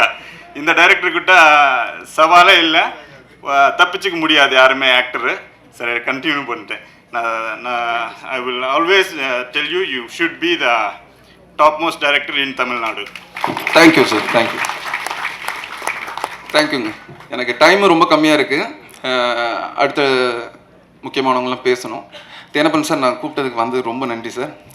சார் பிரபாகர் சார் ரொம்ப சந்தோஷம் நீங்கள் என்னை பற்றி அவ்வளோ கான்ஃபிடெண்ட்டாக சொன்னது. ஸ்ரீங்க சார் ரொம்ப தேங்க்ஸ். ரோபோசங்கர் சார் தெரியும் சார், கண்டிப்பாக தெரியும். தெரியும் போது தெரியட்டும்டா, இப்போ சும்மா அப்படி ஓரமாக போய் உட்காந்துக்குவோம். நம்ம இப்போ தானே வளர்கிறோம். நீங்களாம் தெரியும், உங்களெல்லாம் தெரியும். நீங்கள் எங்கே ஓரத்தில் உட்காந்துருந்தாலும் உங்களுக்கு தெரியும். நம்ம கொஞ்சம் ஓரத்தில் உட்காந்தா ஓரமாக தெரிஞ்சிடறோம், அவ்வளோதான். கோவில் சார் ரொம்ப தேங்க்ஸ் சார் வந்ததுக்கு. ஹீரோயின் மேரி ரிக்கெட்ஸ் ரொம்ப சந்தோஷம் வந்ததுக்கு, தேங்க்ஸ். அப்புறம் அருள்தர் சார் ரொம்ப ரொம்ப சந்தோஷம் வந்ததுக்கு, ப்ளஸ் இந்த ஒன் டே வந்து எனக்கு பண்ணி கொடுத்தது, அது எனக்கு மறக்க முடியாது. ரொம்ப சந்தோஷம் சார். சூப்பர் எமோஷ்னலாக பண்ணியிருக்காரு அருள்தாஸ் சார். பாருங்கள், படம் பாருங்கள், ரொம்ப அற்புதமாக இருக்கும். அனைவருக்கும் நன்றி. அப்புறம் படத்துடைய விழாவில் தம்பி தயாரிப்பாளர் வந்திருந்தார். தம்பி அன்றைக்கி பேசும்பொழுது எப்படி பேசினாரோ அதே தான் இன்றைக்கும் பேசியிருக்காரு. உண்மையிலே வந்து மைக்கேல் என்கிட்ட அறிமுகப்படுத்தினது தேனப்பன் தான். ரொம்ப நல்ல கதை, வித்தியாசமான ஒரு கதை. அந்த பையன் இவ்வளோ அணித்தரமாக அழுத்தமாக பேசுகிறதுக்கு காரணம் கடினமாக உழைச்சிருக்கார். அவருடைய ப்ராடக்ட் மேலே அவருக்கு ரொம்ப நம்பிக்கை இருக்குது. அதே மாதிரி சிவா வந்து ரொம்ப தங்கமான ஒரு ஆள். காசு இருக்கிறவன்லாம் நல்லவன்லாம் சொல்ல முடியாது. காசு இருக்குங்கிறதுக்காக அவனை நல்லவன்லாம் சொல்ல முடியாது. காசு தான் எல்லார்கிட்டையும் இருக்கு. காசு வச்சுருக்கவங்களாம் நல்லவன் கிடையாதுல்ல. ஆனால் இவனுக்கிட்ட காசு இருக்குது. ஆனால் அந்த காசு அவன் ஈஸியாலாம் சம்பாதிக்கலை. அவன் ரொம்ப கஷ்டப்பட்டு தான் இந்த இடத்த போய் பிடிச்சிருக்கிறான். கவிஞர் தம்பி சினேகன் சொன்னது மாதிரி அவன் வந்து அந்த ஊரில் போய் நியூசிலாந்தில் போயிட்டு பார்லிமெண்ட் மெம்பர் ஆஃப் பார்லிமெண்ட் எலெக்ஷனில் தேர்ந்தெடுக்கிறான் ஒரு இந்தியனை. அதுவும் நம்ம ஆந்திராவுக்கு பக்கத்தில் இங்கே இருக்கிற நம்ம தமிழ்நாட்டுக்கு பக்கத்தில் இருக்கிறவனை தேர்ந்தெடுக்கிறாங்கிறதே அது நமக்கு ஒரு பெரிய வெற்றி தானே.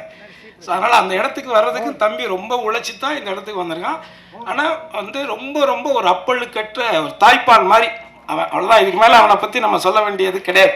அவன் ஒரு தாய்ப்பால் மாதிரி அவனுடைய குணம் எல்லாமே. அதனால் அப்படி ஒரு நல்லவன், ஒரு நல்ல படத்தை, ஒரு நல்ல உழைப்பாளியை, ஒரு ரொம்ப திறமையான பையன். அவன் எல்லாமே அவனே ஒத்துக்கிட்டான். ஷார்ட் டெம்பரு அது இதுன்னு சொல்லிட்டான். அது எல்லாமே பிடிவாதம் என்ன, கிரியேட்டர்ஸுக்கு இருக்கிறது தானே. தான் நினைக்கிறத வந்து அவங்க கிடைக்கணும்னு நினைப்பாங்க. இப்போ என்னை பொறுத்த வரைக்கும் நான் நிறைய படம் நடிச்சிருக்கிறேன். சில படங்கள் எனக்கு பிடிக்கும், சில கதாபாத்திரங்கள் பிடிக்கும். 24 வருஷமாக இருக்கேன். நந்தாவில் லொடுக்கு பாண்டியன் நடித்ததுலேருந்து இன்னொரு வரைக்கும் ஒரு 24 வருஷம் நடிச்சுக்கிட்டு இருக்கேன். இடையில கொஞ்சம் ஒரு 6-7 வருஷம் நடிக்காமல் போயிட்டேன். ஆனால் இது வரைக்கும் நான் யார் ஆஃபீஸிலும் போயிட்டு எனக்கு நடிக்கிறதுக்கெல்லாம் வாய்ப்பெல்லாம் நான் கேட்டதே கிடையாது. ஏன்னா எப்போ நம்ம அந்த வேலையை செஞ்சிட்டோம்னா அதுக்கப்புறம் நம்ம நடிக்கவே முடியாது. நம்மளை யாரும் கூப்பிட மாட்டாங்க. சினிமாவில் மட்டும்தான் நடக்கும். நம்ம ஒரு காமெடியனாக இருப்போம், இல்லை ஒரு கேரக்டர் ஆர்டிஸ்டாக இருப்போம். நம்ம கூட உட்காந்து சரக்கு போட்டுக்கிட்டு இன்னொரு ஆர்டிஸ்ட்டுக்கிட்ட கேட்பாங்க டேட்டு. நம்ம பக்கத்தில் உட்காந்துருப்போம். ரொம்ப வலிக்கும் அது. ஆனால் அதெல்லாம் நான் பார்த்துருக்குறேன், நிறையா பார்த்துருக்குறேன். அதெல்லாம் தேனப்பனே பண்ணுவான். என்ன அதில் என்ன இருக்குது? ஏன்னா தேனப்பனை வந்து இன்றைக்கி நேற்று எனக்கு அண்ணன் தான் அவர். இருந்தாலும் நாங்கள் கொஞ்சம் ரொம்ப நெருக்கம் 2 பேரும். ஏன்னா அதான் தயாரிப்பாளரே கொடுக்குறேன்னு சொன்னால் கூட இந்த ஆளுக்கு எடுத்து விட்டுருவான். தயாரிப்பாளர் சரிப்பா நல்லா, அதாவது நான் சொல்கிறது ரொம்ப வருஷத்துக்கு முன்னாடி உங்களுக்கு தெரியும். நான் பாடகராக இருந்து ஒரு கானா பாடகர் அப்படிலாம் இருந்து தான் நான் கிராமிய பாடகராக இருந்து தான் வந்தேன். கே. சுரேகுமார் சார் ஒரு படம் நாட்டாமன்னு ஒரு படம் எடுத்தான், உங்களுக்கெல்லாம் நான் வரும். அதில் நாட்டாம பாதம் பட்டா நல்ல வெள்ளாமே விளையும்படின்னு ஒரு பாட்டு இருக்குல்ல, அந்த பாட்டு நான் தான் பாடினேன். சிற்பி சார் மியூசிக்கில் நான் தான் பாடினேன். அதுக்கு வந்து எனக்கு பாட வச்சுட்டு திருப்பி அவங்க கொஞ்சம் ஏதோ ஒரு இது கமர்ஷியல் ஏதோ ஒன்று சொல்லிட்டு அனுப்பிச்சிட்டாங்க. ஆனால் அந்த காசு பேட்டா கொடுக்குறதுக்கு 100 ரூபாய் 150 ரூபாய் என்னமோ 200 ரூபா கொடுக்குறாரு. இவர் தான் அதுக்கு மேனேஜர். நான் சொன்னேன், நான் தான் பாட்டு பாடலைல்ல, நானும் வந்து உங்கள்கிட்ட வாய்ப்பு கேட்டேன். நீங்கள் தானே என்னை கூப்பிட்டீங்க, என் வாய்ஸ் நல்லா இருக்குன்னு. அப்போ 500 ரூபா குடியான்னு சொல்லி தான் சண்டை போட்டு வாங்கிட்டு போனேன் 500 ரூபா இவர்கிட்ட. ஸோ அதனால் இந்த சினிமா உலகம்ங்கிறது இப்படித்தான். இங்கே வந்து அவ்வளோ ஈஸியாக யாருடைய திறமை யாரும் இது பண்ணிக்கிறது இல்லை. என்னை பொறுத்தவரை என்னென்னா, ஒன்று வாய்ப்புகள் வரலைன்னா வாய்ப்புகளை உருவாக்கிக்கணும். நான் உருவாக்க தெரிஞ்சவன். ஏன்னா நான் என்ன அப்படித்தான் உருவாக்கிட்டேன். ஏன்னா இந்த விழாவில் இருக்கக்கூடிய இசையமைப்பாளர் ரகு இருக்கார்ல, நாங்கள் ரொம்ப க்ளோஸ் நண்பர்கள். ஒரே இடத்துல ஒரு வித்து போன இந்த இங்கிட்டு தான் வடப்பள்ளியில் அந்த பாளையக்காரத்தில் அந்த ஏரியா, அதான் உனக்கும் தெரியுமே. இங்கே நிறைய பேர் என் கூட ட்ராவல் ஆனவங்க நிறைய பேர் இருக்காங்க. வேறு முகத்தில் வேறு அடையாளத்தில் உட்காந்துருப்பாங்க. சில பேர் ஏதோ ஒரு கோவத்தில் கூட இருப்பாங்க. சாப்பிட்ட இடத்துல கொஞ்சம் கம்மியாக போட்டிருப்போம். ஏதோ ஒன்று நடந்திருக்கும், ஏதாவது ஒன்று நடந்திருக்கும். எதுவுமே இல்லாமல்லாம் இங்கே இல்லை. பெரிய ட்ராவலிங் இருக்குது. 21 வருஷத்தில் ஒரு பத்திரிகையில் நல்லா என்ன எழுதலைங்கிறதுக்கெல்லாம் நான் சண்டையெல்லாம் போட்டிருக்கிறேன். வீட்டுக்கெல்லாம் போயிருக்கிறேன். ஏன் அவ்வளோ உழைச்சிருக்க அந்த படத்தில் சும்மா இவரும் மற்றும் பலரும் இருக்கிறாருன்னு என் பேர் எழுதுறியா? ஸோ அந்த மாதிரி. அதனால் இதை எதுக்காக சொல்ல வரேன்னா, மைக்கேல் வந்து இந்த கதை வந்து இப்படி தான் வரணும் அப்படிங்கிறத ரொம்ப ஆழமாக நம்பி அதுக்கான கேமராமேன் அந்த தம்பி கூட இருக்கிற எல்லாருமே ரொம்ப கடினமாக உழைச்சிருக்காங்க. குறிப்பாக விமலை வந்து இந்த படத்தில் கொஞ்சம் வித்தியாசமாக நீங்கள் பார்ப்பீங்க எல்லாருமே, தமிழக ஆடியன்ஸ் எல்லாருமே. அது வந்து இயக்குனருடைய ஒரு பார்வை தான். அதுக்கு வந்து அவர் அடாப்ட் பண்ணிக்கிட்டார். அவர் வந்து அவர் சொல்கிற மாதிரி அது விமல் கூட இதான் முதல் படம். இன்னொன்று எனக்கு ஒரு சின்ன அது சினிமாவில் அதை அது எப்படி வேணாலும் எடுத்துக்குவாங்க, பரவாயில்ல, நமக்கு தோன்றது சொல்லிடுவோம். எனக்கு சினிமாவில் இது வரைக்கும் நான் நடித்ததில் மூணு எந்த ஹீரோ கூட நடித்தாலும் அந்த படம் ஏதோ ஒரு கவனிக்கக்கூடிய படமாக வரும். இது வரைக்கும் நடந்திருக்கு. எந்த படத்தை வேணாலும் எடுத்துக்காங்க. நான் கடைசியாக நடித்த ஜிவி பிரகாஷ் கூட நடித்த படத்துலேருந்து அதர்வா கூட நடித்த படம் யாரு கூட நான் மூணு நடிக்கிறேனோ அது வில்லல்ல அஜித் சார் கூட நடித்தா இருக்கட்டும், விஜய் கூட திருமலையில் நடித்ததாக இருக்கட்டும், இப்படி எந்த நடிகர்கள் கூட நான் மூணு போய் ஒர்க் பண்ணேன்னா அது எனக்கும் அந்த ப்ராஜெக்ட்டுக்கும் ஒரு ஹெல்த்தியாக தான் அமைஞ்சிருக்கு இது வரைக்கும். இந்த படத்தில் நான் எதுக்கு இதை சொல்ல வந்தேன்னா, நான் எந்த அலுவலகத்துக்கும் போயெல்லாம் எனக்கு வாய்ப்பு கொடுங்கன்னு நான் கேட்டதே கிடையாது. ஆனால் ஒரு கதை கேட்டுட்டு அந்த கேரக்டர் நான் நடிப்பேன்னு நான் அதுக்குள்ளே நிறையா யோசித்து ஆசைப்பட்டுட்டு அந்த கதையை என் பையன்கிட்டையும் சொல்லி என் ஒய்ஃப்கிட்டையும் சொல்லி சூப்பரான ஒரு கேரக்டர் கிரேஸ் அது கிடச்சிதுன்னா ஒரு நடிகனா நம்ம செத்ததுக்கு அப்புறம் 4 படம் காட்டுவாங்கல்ல, அதில் ஒரு படமாக இது இருக்கும் கிரேஸ் அப்படின்னு நான் என் ஒய்ஃபுக்கிட்டே என் பையன்கிட்டே நான் சொன்னேன். ஆனால் திடீர்னு பார்த்தா அதில் நான் இல்லை, திடீர்னு இல்லைன்ட்டாங்க. ஒரு 1.5 வருஷம் ட்ராவல் பண்ணிட்டேன் நான். அந்த இதில் அந்த கொரோனாவில் அடிபட்டவன் தானே நானும். திண்டுக்கல்ல ஹோட்டல் ஆரம்பித்து அதில் ஒரு 2 கோடி ரூபா போச்சு அந்த கொரோனா டயத்தில் தான். கொரோனாவில் இவன் மட்டும் பாதிக்கப்படலை, எல்லாருமே பாதிக்கப்பட்டான், உலகமே பாதிக்கப்பட்டுச்சு. ஆனால் அதில் எனக்கு ஒரு நல்ல நடந்துச்சு. அந்த கொரோனா டயத்தில் தான் இன்றைக்கி சிவகங்கையில் இருக்கிற தோட்டத்தை நான் உருவாகினேன். அங்கே தான் உட்காந்து அந்த கதையும் தம்பிக்கிட்டே கேட்டேன். ஸோ அப்போது அந்த கதை திடீர்னு பார்த்தீங்கன்னா வேற ஒரு கம்பெனி, வேற ஒரு நடிகர் அப்படின்னு போயிடுச்சு. அப்போ என் பையன்கிட்ட மறுபடியும் சொன்னேன், என்னடா ஆசைப்பட்டோம் கிடைக்கல. பட் ஆனால் ஒரு கதையில் ஒரு கதாபாத்திரம் நம்ம தான் நடிக்கணும்னு விதி இருந்தால் அதை எவனாலையும் மாற்ற முடியாது. அது மட்டும் ஆணித்தரமான ஒரு உண்மை. அதே விஷயந்தான் இங்கே இப்போ நான் சொல்கிறது விஷயம் வந்து வேறையாக இருந்தாலும் கூட கான்ஃபிடென்ட், நம்பிக்கை மட்டும்தான் வாழ்க்கை. ஏன்னா அது நம்ம மேலே நம்ம நம்பிக்கை வைக்கலைன்னா அப்புறம் என்ன இருக்குது. அதனால் என் பொண்டாட்டிகிட்ட சொல்லுவேன், இன்னும் வீடு கட்டலை, நேற்று வந்து நடிகர்லாம் வீடு கட்டியிருக்காங்க, நீ இன்னும் வீடும் கட்டலை ஒன்றும் கட்டலைன்னு சொல்லிட்டு இருக்கிறா. ஆனால் அவள்கிட்ட நான் சொன்னேன், சாஸ்திரி பவன் கவர்னர் இருக்கார்ல, சாஸ்திரி பவன் கருணாசி மேலே பட்டா மாறணும்னு விதி இருந்தால் அது நடக்கும் கிரேஸு. அதனால் நீ ஒன்றும் பெருசா ரொம்ப எதுக்கு கவலைப்படாத, அது நடக்கும்னா நடக்கும் அப்படின்னு. அதனால் முதல்ல இந்த விழாவுக்கு வந்திருக்கக்கூடிய தம்பி சினேகன், தம்பி ரோபோ சங்கரை பார்த்தோன்னே கை கொடுத்தேன். அண்ணா பழைய மாதிரி ஆயிட்டேனா அப்படின்னு சொன்னான். உண்மையிலே எனக்கு வந்து எனக்கு ரொம்ப பழக்கம் நெருக்கம், என்ன மாதிரி ஒரு மேடை கலைஞனாக இருந்து வாழ்க்கையில் ஜெயிச்சவன். அதனால் அவன் இடையில உடம்பு சரியில்லாமல் போனதெல்லாம் ரொம்ப கஷ்டமாக இருந்தது. ஆனால் அவனுடைய வில் பவர் வந்து மீண்டும் அதிலேருந்து இன்னும் ஓப்பனாக சொல்லப்போனால் மரணத்தை வென்ற ஒரு மனிதனாக தான் இவனை நான் இப்போ பார்க்குறேன். உண்மையிலே அது ரொம்ப சந்தோஷம். அதே மாதிரி அண்ணன் செந்திலாதண்ணன் எனக்கு ரொம்ப வருஷம் பழக்கம். ஸோ இங்கே இருக்கக்கூடிய தம்பி விமல் கூட நான் ஒர்க் பண்ணியிருக்கேன். நடிகை கூட எனக்கு சீன் இல்லை, பட் நான் இப்போ தான் உங்களை பார்க்குறேன். வாழ்த்துக்கள் தேவை அப்படின்னு சொல்லிட்டு பங்காளி. அடுத்த தம்பி இயக்குனர் பிரபாகரன். அதே மாதிரி உங்கள் படம் நான் இன்னும் பார்க்கல, ஏன்னா நிறையா சொன்னாங்க, கடவுள் சத்தியம் நான் பார்க்கல, நான் பார்த்துட்டு உங்களை மீட் பண்ணுறேன். ஸோ எனிவே ரொம்ப நேரம் ஆயிடுச்சு. நான் உங்ககிட்ட இந்த இடத்துல நான் கேட்டுக்கிறது தேனப்ப ஆரம்பித்தது தான். ஏன்னா அப்போ நானும் ஈசி மெம்பராக இருந்தேன் ப்ரொடியூசர் கவுன்சிலில். அந்த பிரச்சனை நடக்கும் பொழுது அது சொன்னது தேனப்பன்னு சொன்னது உண்மை, அதில் மாற்று கருத்து கிடையாது. அந்த நேரத்தில் நான் ஏன் அதை சொல்கிறேன் அப்படின்னா, நான் இடைப்பட்ட கொஞ்ச நாள் நான் இங்கே இல்லை, நான் வெளிநாடு போயிருந்தேன். ஆனால் வந்து நான் இன்னைக்கு நடிகர் கருணாசை தெரியும், லொடுகு பாண்டியை தெரியும், கானா பாடகரை தெரியும், கிராமிய பாடகரை தெரியும். ரகுநந்தன் தங்கியிருந்த அதே இடத்துல நானும் தங்கியிருந்தேன். கிட்டத்தட்ட நான் அப்போவே வந்து ஒரு 250 கேசட்டுக்கு மேலே போட்டிருக்கிறேன். ஒரு கேசட்டுக்கு 10 பாட்டுனா கூட 250 பாட்டு கம்போஸ் பண்ணியிருக்கிறேன். அதையும் தாண்டி மியூசிக்கும் பண்ண ஒரு 4-5 படம். ஆனால் என் சக நண்பராக ஒரு துறையை தேர்ந்தெடுத்து நல்ல படங்களாக சொன்னது மாதிரி சினேகன் சார் சொன்ன மாதிரி அந்த மெலடி பாடல்கள் ராஜா சாருக்கு பிறகு அது ரொம்ப ஈர்ப்பாக, அது நம்மள மாதிரி கிராமத்து மக்களை வந்து இளைஞர்களை ஒரு தட்டி எழுப்பக்கூடிய ஒரு நுட்பமான ஒரு இசையமைப்பாளராக இன்றைக்கி என்னுடைய நண்பன் இருக்கக்கூடிய அதே மேடையில் அவர் இசையமைச்சிருக்கக்கூடிய அந்த படத்தில் நானும் ஒரு நல்ல கதாபாத்திரம் பண்ணியிருக்கோங்கிறது ஆல்மோஸ்ட் ஒரு 30 இயர்ஸ் 30 வருஷமாக ஒரே சும்மா ஒரு தெரியல ஹார்மோனியத்தை வச்சுட்டு அவரும் வாசித்து நானும் பொட்டியை வச்சு வாசித்த காலங்களும் இருக்குது. ஏன்னா இன்றைக்கி பார்க்குற தலைமுறைகளுக்கு என்கிட்ட என்னென்ன இருக்குன்னே தெரியாது. நான் 92 புரட்சி தலைவி அம்மா கிட்ட வந்து 1992 மாநில கல்லூரியில் படிக்கும்போது இந்த பெஸ்ட் மிமிக்ரி ஆர்டிஸ்ட் இன் தமிழ்நாட்டிலேயே சிறந்த பலகுரல் நிகழ்ச்சி செய்யக்கூடியவனா நான் தேர்ந்தெடுத்து அந்த அம்மாட்ட 5 சவரன் நகை கொடுத்தாங்க. அதுக்கப்புறம் துண்டாக வெட்டி வித்துட்டோம், அது வேற. பட் ஆனால் வாங்கியிருக்கிறோம் அதுக்கல்ல. அதே மாதிரி சென்னாரெட்டி, பீஸ்ம நாராயண் சிங், அலெக்சாண்டர், இந்த கவர்னர்கள்லாம் அவங்களுக்கு ஞாபகம் இருக்கும். அவங்கக்கிட்டலாம் நான் அவார்டு வாங்கியிருக்கிறேன்.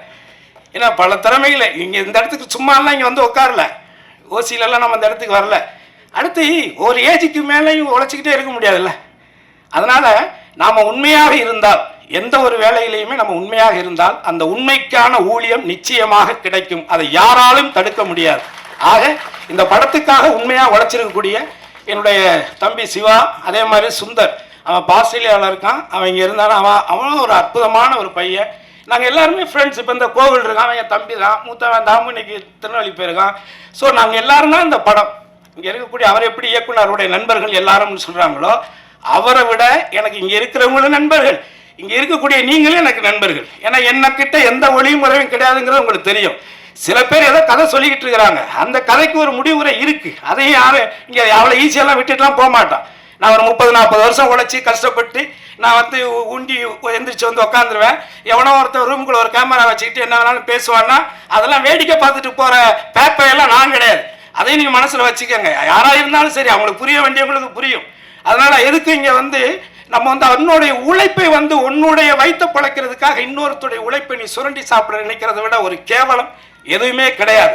இது யார் ஒருத்தரும் செய்கிறவங்கள நான் சொல்கிறேன். யார் இந்த தவறை செய்கிறாங்களோ அவங்களுக்கு அது புரிஞ்சா போதும்.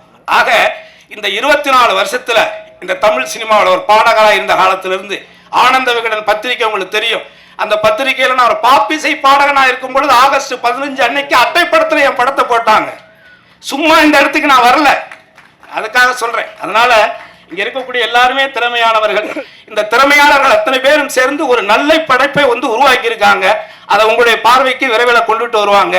நீங்கள் பார்த்து உங்களுடைய கருத்துக்களை ஆணித்தரமாக இந்த உலகுக்கு உரைத்து மக்களை இந்த படத்தை பார்க்க திரும்பி பார்க்க வைக்க வேண்டிய வேலையை நீங்கள் செய்வீர்களே. ஆனால் மேலும் பல மைக்கேல்கள் உருவாகுவார்கள், மேலும் பல படங்களை சிவா எடுப்பான் என்பதை உறுதி கூறி உங்களை அத்தனை பேரையும் சந்தித்ததில் பெருமை அடைந்து வாய்ப்புக்கு நன்றி கூறி விடைபெறுகிறேன். நன்றி, வணக்கம். அதை ஏற்று வந்த எங்கள் அன்பு அண்ணன் எஸ்.ஆர். பிரபாகரன் அவர்கள், தேனப்பன் அண்ணன் அவர்கள், கதாநாயகி அவர்கள், ப்ரொடியூசர்லாம் அப்புறம் சொல்லுவோம், செந்தில்நாதன் அவர்கள், கவிஞர் சினேகன் அவர்கள். அவர் பாடல் மட்டும் இல்லை, இப்போ வர வர ரீல்ஸ்லேயே வந்து ஃபேமிலிக்குள்ளெல்லாம் பூந்துட்டார். எங்கள் வீட்டில் என் ஒய்ஃபு பையன் எல்லாம் அவங்க ரீல்ஸை தான் பார்த்துக்கிட்டே இருக்கிறாங்க. அந்தளவுக்கு வந்து ஃபேமிலியோட ரொம்ப நெருக்கமாக இருக்குது. அவங்க போடுற ரீல்ஸும் ஒன்றுமே ஒரு கவித்துவமாகவும் ஒரு நல்ல கண்டென்ட்டாகவே தேர்ந்தெடுத்து போடுறாங்க. சூப்பர், வாழ்த்துக்கள். அடுத்து மாமா ரோபோ சங்கர் மாமா அவர்கள் கூப்பிடலனாலும் வந்துடுறாரு, ஏன்னா இது அவர் வீட்டு ஃபங்க்ஷன், அதனால் மாமா அவர்களுக்கு வாழ்த்துக்கள்.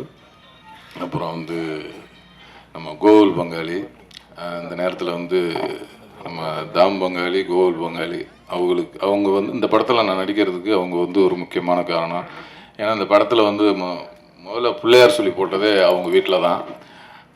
சுந்தர் பங்காளி வந்து இதுமாரி உடனே வாங்க ஒரு சும்மா பேசுவோம் அப்படின்னு சொல்லி கூப்பிட்டாங்க. அங்கே போனால் அவங்க 3 பேர் இருந்தாங்க. என்ன பேசுவாங்க, எங்கேயாவது பர்த்டே பார்ட்டி இப்படி ஏதாவது பேசி ஃப்ரீயாக இருக்கீங்களான்னு கேட்பாங்கன்ட்டு பார்த்தா இந்த ஒரு படம் எடுக்கலான் இருக்கான், என்ன கருணாசனை நடிக்கிறாரு, கொஞ்சம் கதையை கேட்குறீங்க, அட என்ன உங்களை உடனே கேட்போம் அப்படின்னா உடனே டைரக்டருக்கு ஃபோன் பண்ணி கூப்பிட்டாங்க. அடுத்த நாளே இந்த கதையை கேட்டோம். அதனால் அந்த படம் வந்து உருவானதே தாம் பங்காளி வீட்டில் தான். அதுக்கப்புறம் வந்து டைரக்டர் வந்தார், கதை சொன்னார், ரொம்ப பிடிச்சி போச்சு. அப்புறம்தான் வந்து ப்ரொடியூசரே நான் மீட் பண்ணோம். எல்லோரும் சொன்ன மாதிரி ப்ரொடியூசர் சிவா கல்லரி அவர்கள் வந்து அண்ணன் சொன்ன மாதிரி உண்மையிலே அவர் ஒரு வெளுத்த தாய்ப்பால் தான். ஏன்னா ரொம்ப ஒரு ஒரு வாக்கு கொடுத்தா அதை காப்பாற்றணும் அப்படின்னு நினைக்கிறதுல ரொம்ப மெனக்கிடுவார். அந்த மாதிரி ஒரு நல்ல கதையை பண்ணணும், ஒரு காசுங்கிறது முக்கியம் இல்லை, நம்ம ஒரு ஸ்டாண்டர்டாக ஒரு நல்ல படம் பண்ணணும் அப்படின்னு நினைக்கிற ஒரு தயாரிப்பாளர். அந்தளவுக்கு ஒரு நல்ல கதையாக செலக்ட் பண்ணி அதுக்கான கதாபாத்திரங்களுக்கு நல்ல நல்ல ஆர்டிஸ்ட்டை செலக்ட் பண்ணி சிறப்பாக ஒரு டைரக்டரையும் அறிமுகப்படுத்தி இன்றைக்கி இந்த ஒரு மேடையில் எல்லோரும் உட்காந்துருக்கோம்னா அதுக்கு வந்து சிவா கல்லரி அவர்கள் ரொம்ப முக்கியமான காரணம். அவர் இதேமாரி நல்ல நல்ல படங்கள்லாம் நடிக்கணும், அதில் நாங்கள்லாம் நடிக்கணும்னு ஆசைப்பட்றோம். அப்புறம் இந்த படத்தோட இயக்குனர் மைக்கேல் அவர்கள், ஏன்னா நான் நிறையா வந்து புதுமுக இயக்குநர்களோட வேலை பார்த்துருக்கேன். நான் வேலை பார்த்த புதுமுக இயக்குனர் எல்லாமே இன்னைக்கு கொஞ்சம் ஒரு பெரிய டைரக்டராக இருக்கிறாங்க. அந்த வகையில் இவரும் ஒரு பெரிய டைரக்டராக வருவார். ஏன்னா எல்லாருமே நான் ஒரு பசங்களாக இருக்கட்டும், கலவாணியாக இருக்கட்டும், நிறைய படங்களில் வந்து எல்லாமே அவங்களோட வாழ்க்கையிலேருந்து சில விஷயங்களை, அவங்க அனுபவப்பட்ட விஷயங்களை வந்து இந்த படத்தில் வந்து அந்த ஹீரோ மேலே சொல்லியிருப்பாங்க. அது மாதிரி இதுலேயும் நம்ம மைக்கேல் பிரதர் வந்து அவர் வாழ்க்கையில் நடந்த இந்த இன்சிடெண்ட்டை வந்து இந்த ஹீரோ கதாபாத்திரத்து மேலே அந்த ஃபேமிலி இன்சிடெண்ட்லாம் நிறைய விஷயங்கள் அவர் லைஃப்பில் நடந்ததை இது சொல்லியிருக்கிறாரு. அதனால் அதில் கொஞ்சம் வந்து ஒரு உயிர் இருக்கும், ஜீவன் இருக்கும். நம்ம பார்க்கும்போதும் நமக்கு அந்த இது உணர முடியும். அதனால் வந்து அவர் இனிமேல் வந்து ஒரு பெரிய நல்ல டைரக்டருங்கிற ஒரு இடத்துக்கு கண்டிப்பாக வந்துடுவார். நிறைய படங்கள் பண்ணணும். அம்மா, ஏன்னா அவங்க குடும்பம் வந்து ரொம்ப அருமையான ஒரு அழகான குடும்பம். அவங்க ஃபேமிலியெலாம் ஷூட்டிங் ஸ்பாட்டுக்கு வருவாங்க. அம்மாவாக இருக்கட்டும், அவங்க சிஸ்டர்ஸ், அப்புறம் அவங்க ஒய்ஃபு, பசங்க எல்லாமே வந்தாங்கன்னா ஒரு குடும்பம்னா ஒரு கூட்டாக, ஒரு ஜாலியாக, அது ஒரு வித்தியாசமான ஒரு குடும்பமாக, ஒரு அன்பாக நல்லா இருக்குது. அவங்க குடும்பத்தை பார்க்குறது ரொம்ப பிடிக்குது. நல்ல அருமையான குடும்பம். இந்த குடும்பம் ரொம்ப வந்து சந்தோஷமாக இருக்கணும்னு இந்த நேரத்தில் இறைவனை வேண்டிக்கிறேன். அப்புறம் அந்த படத்தோட இசையமைப்பாளர் ரகுநந்தன் அண்ணன் அவர்கள், இது 4வது படம் எங்களுக்கு. அவர் சொன்ன மாதிரி இந்த 4 படமே 4 டிஃப்ரெண்ட்டாக இருக்கும். பாடல்களும் ரொம்ப அருமையாக அவர் மெலோடிகள் போட்டிருக்காங்க. இந்த படமும் ஒரு வெற்றி பட வரிசையில் அவருக்கும் எனக்கும் அமையணும்னு நம்புகிறோம்.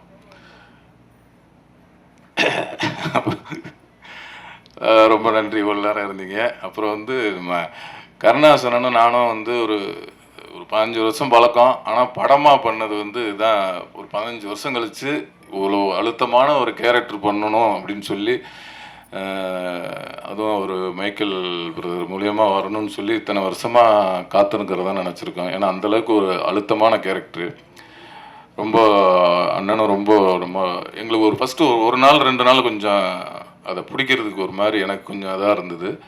அப்புறம் 2-3 நாள் ஷூட்டிங் அதுக்கப்புறம் தான் அந்த கேரக்டருக்குள்ளே போக முடிஞ்சுது. ஃபஸ்ட் நாள் பார்த்திங்கன்னா நம்ம திருநெல்வேலியில் ஆம்புலன்ஸ்குள்ளே உட்கார வச்சிட்டாங்க. எனக்கு தான் க்ளோஸ் வைக்கிறாரு. கருணாசன்னே வரல, ரெடி ஆகிட்டு இருக்கிறாரு. எனக்கு ஃபஸ்ட்டு வந்து கேமரா வச்சுட்டாங்க. வச்சோன்னே ஓகே, இங்கிட்டு பாருங்கள் இப்போ தான், இங்கிட்டு பாருங்கள், இதுதான் இப்போ அவர் அண்ணன் இதை பேசிகிட்டு இருக்காங்க.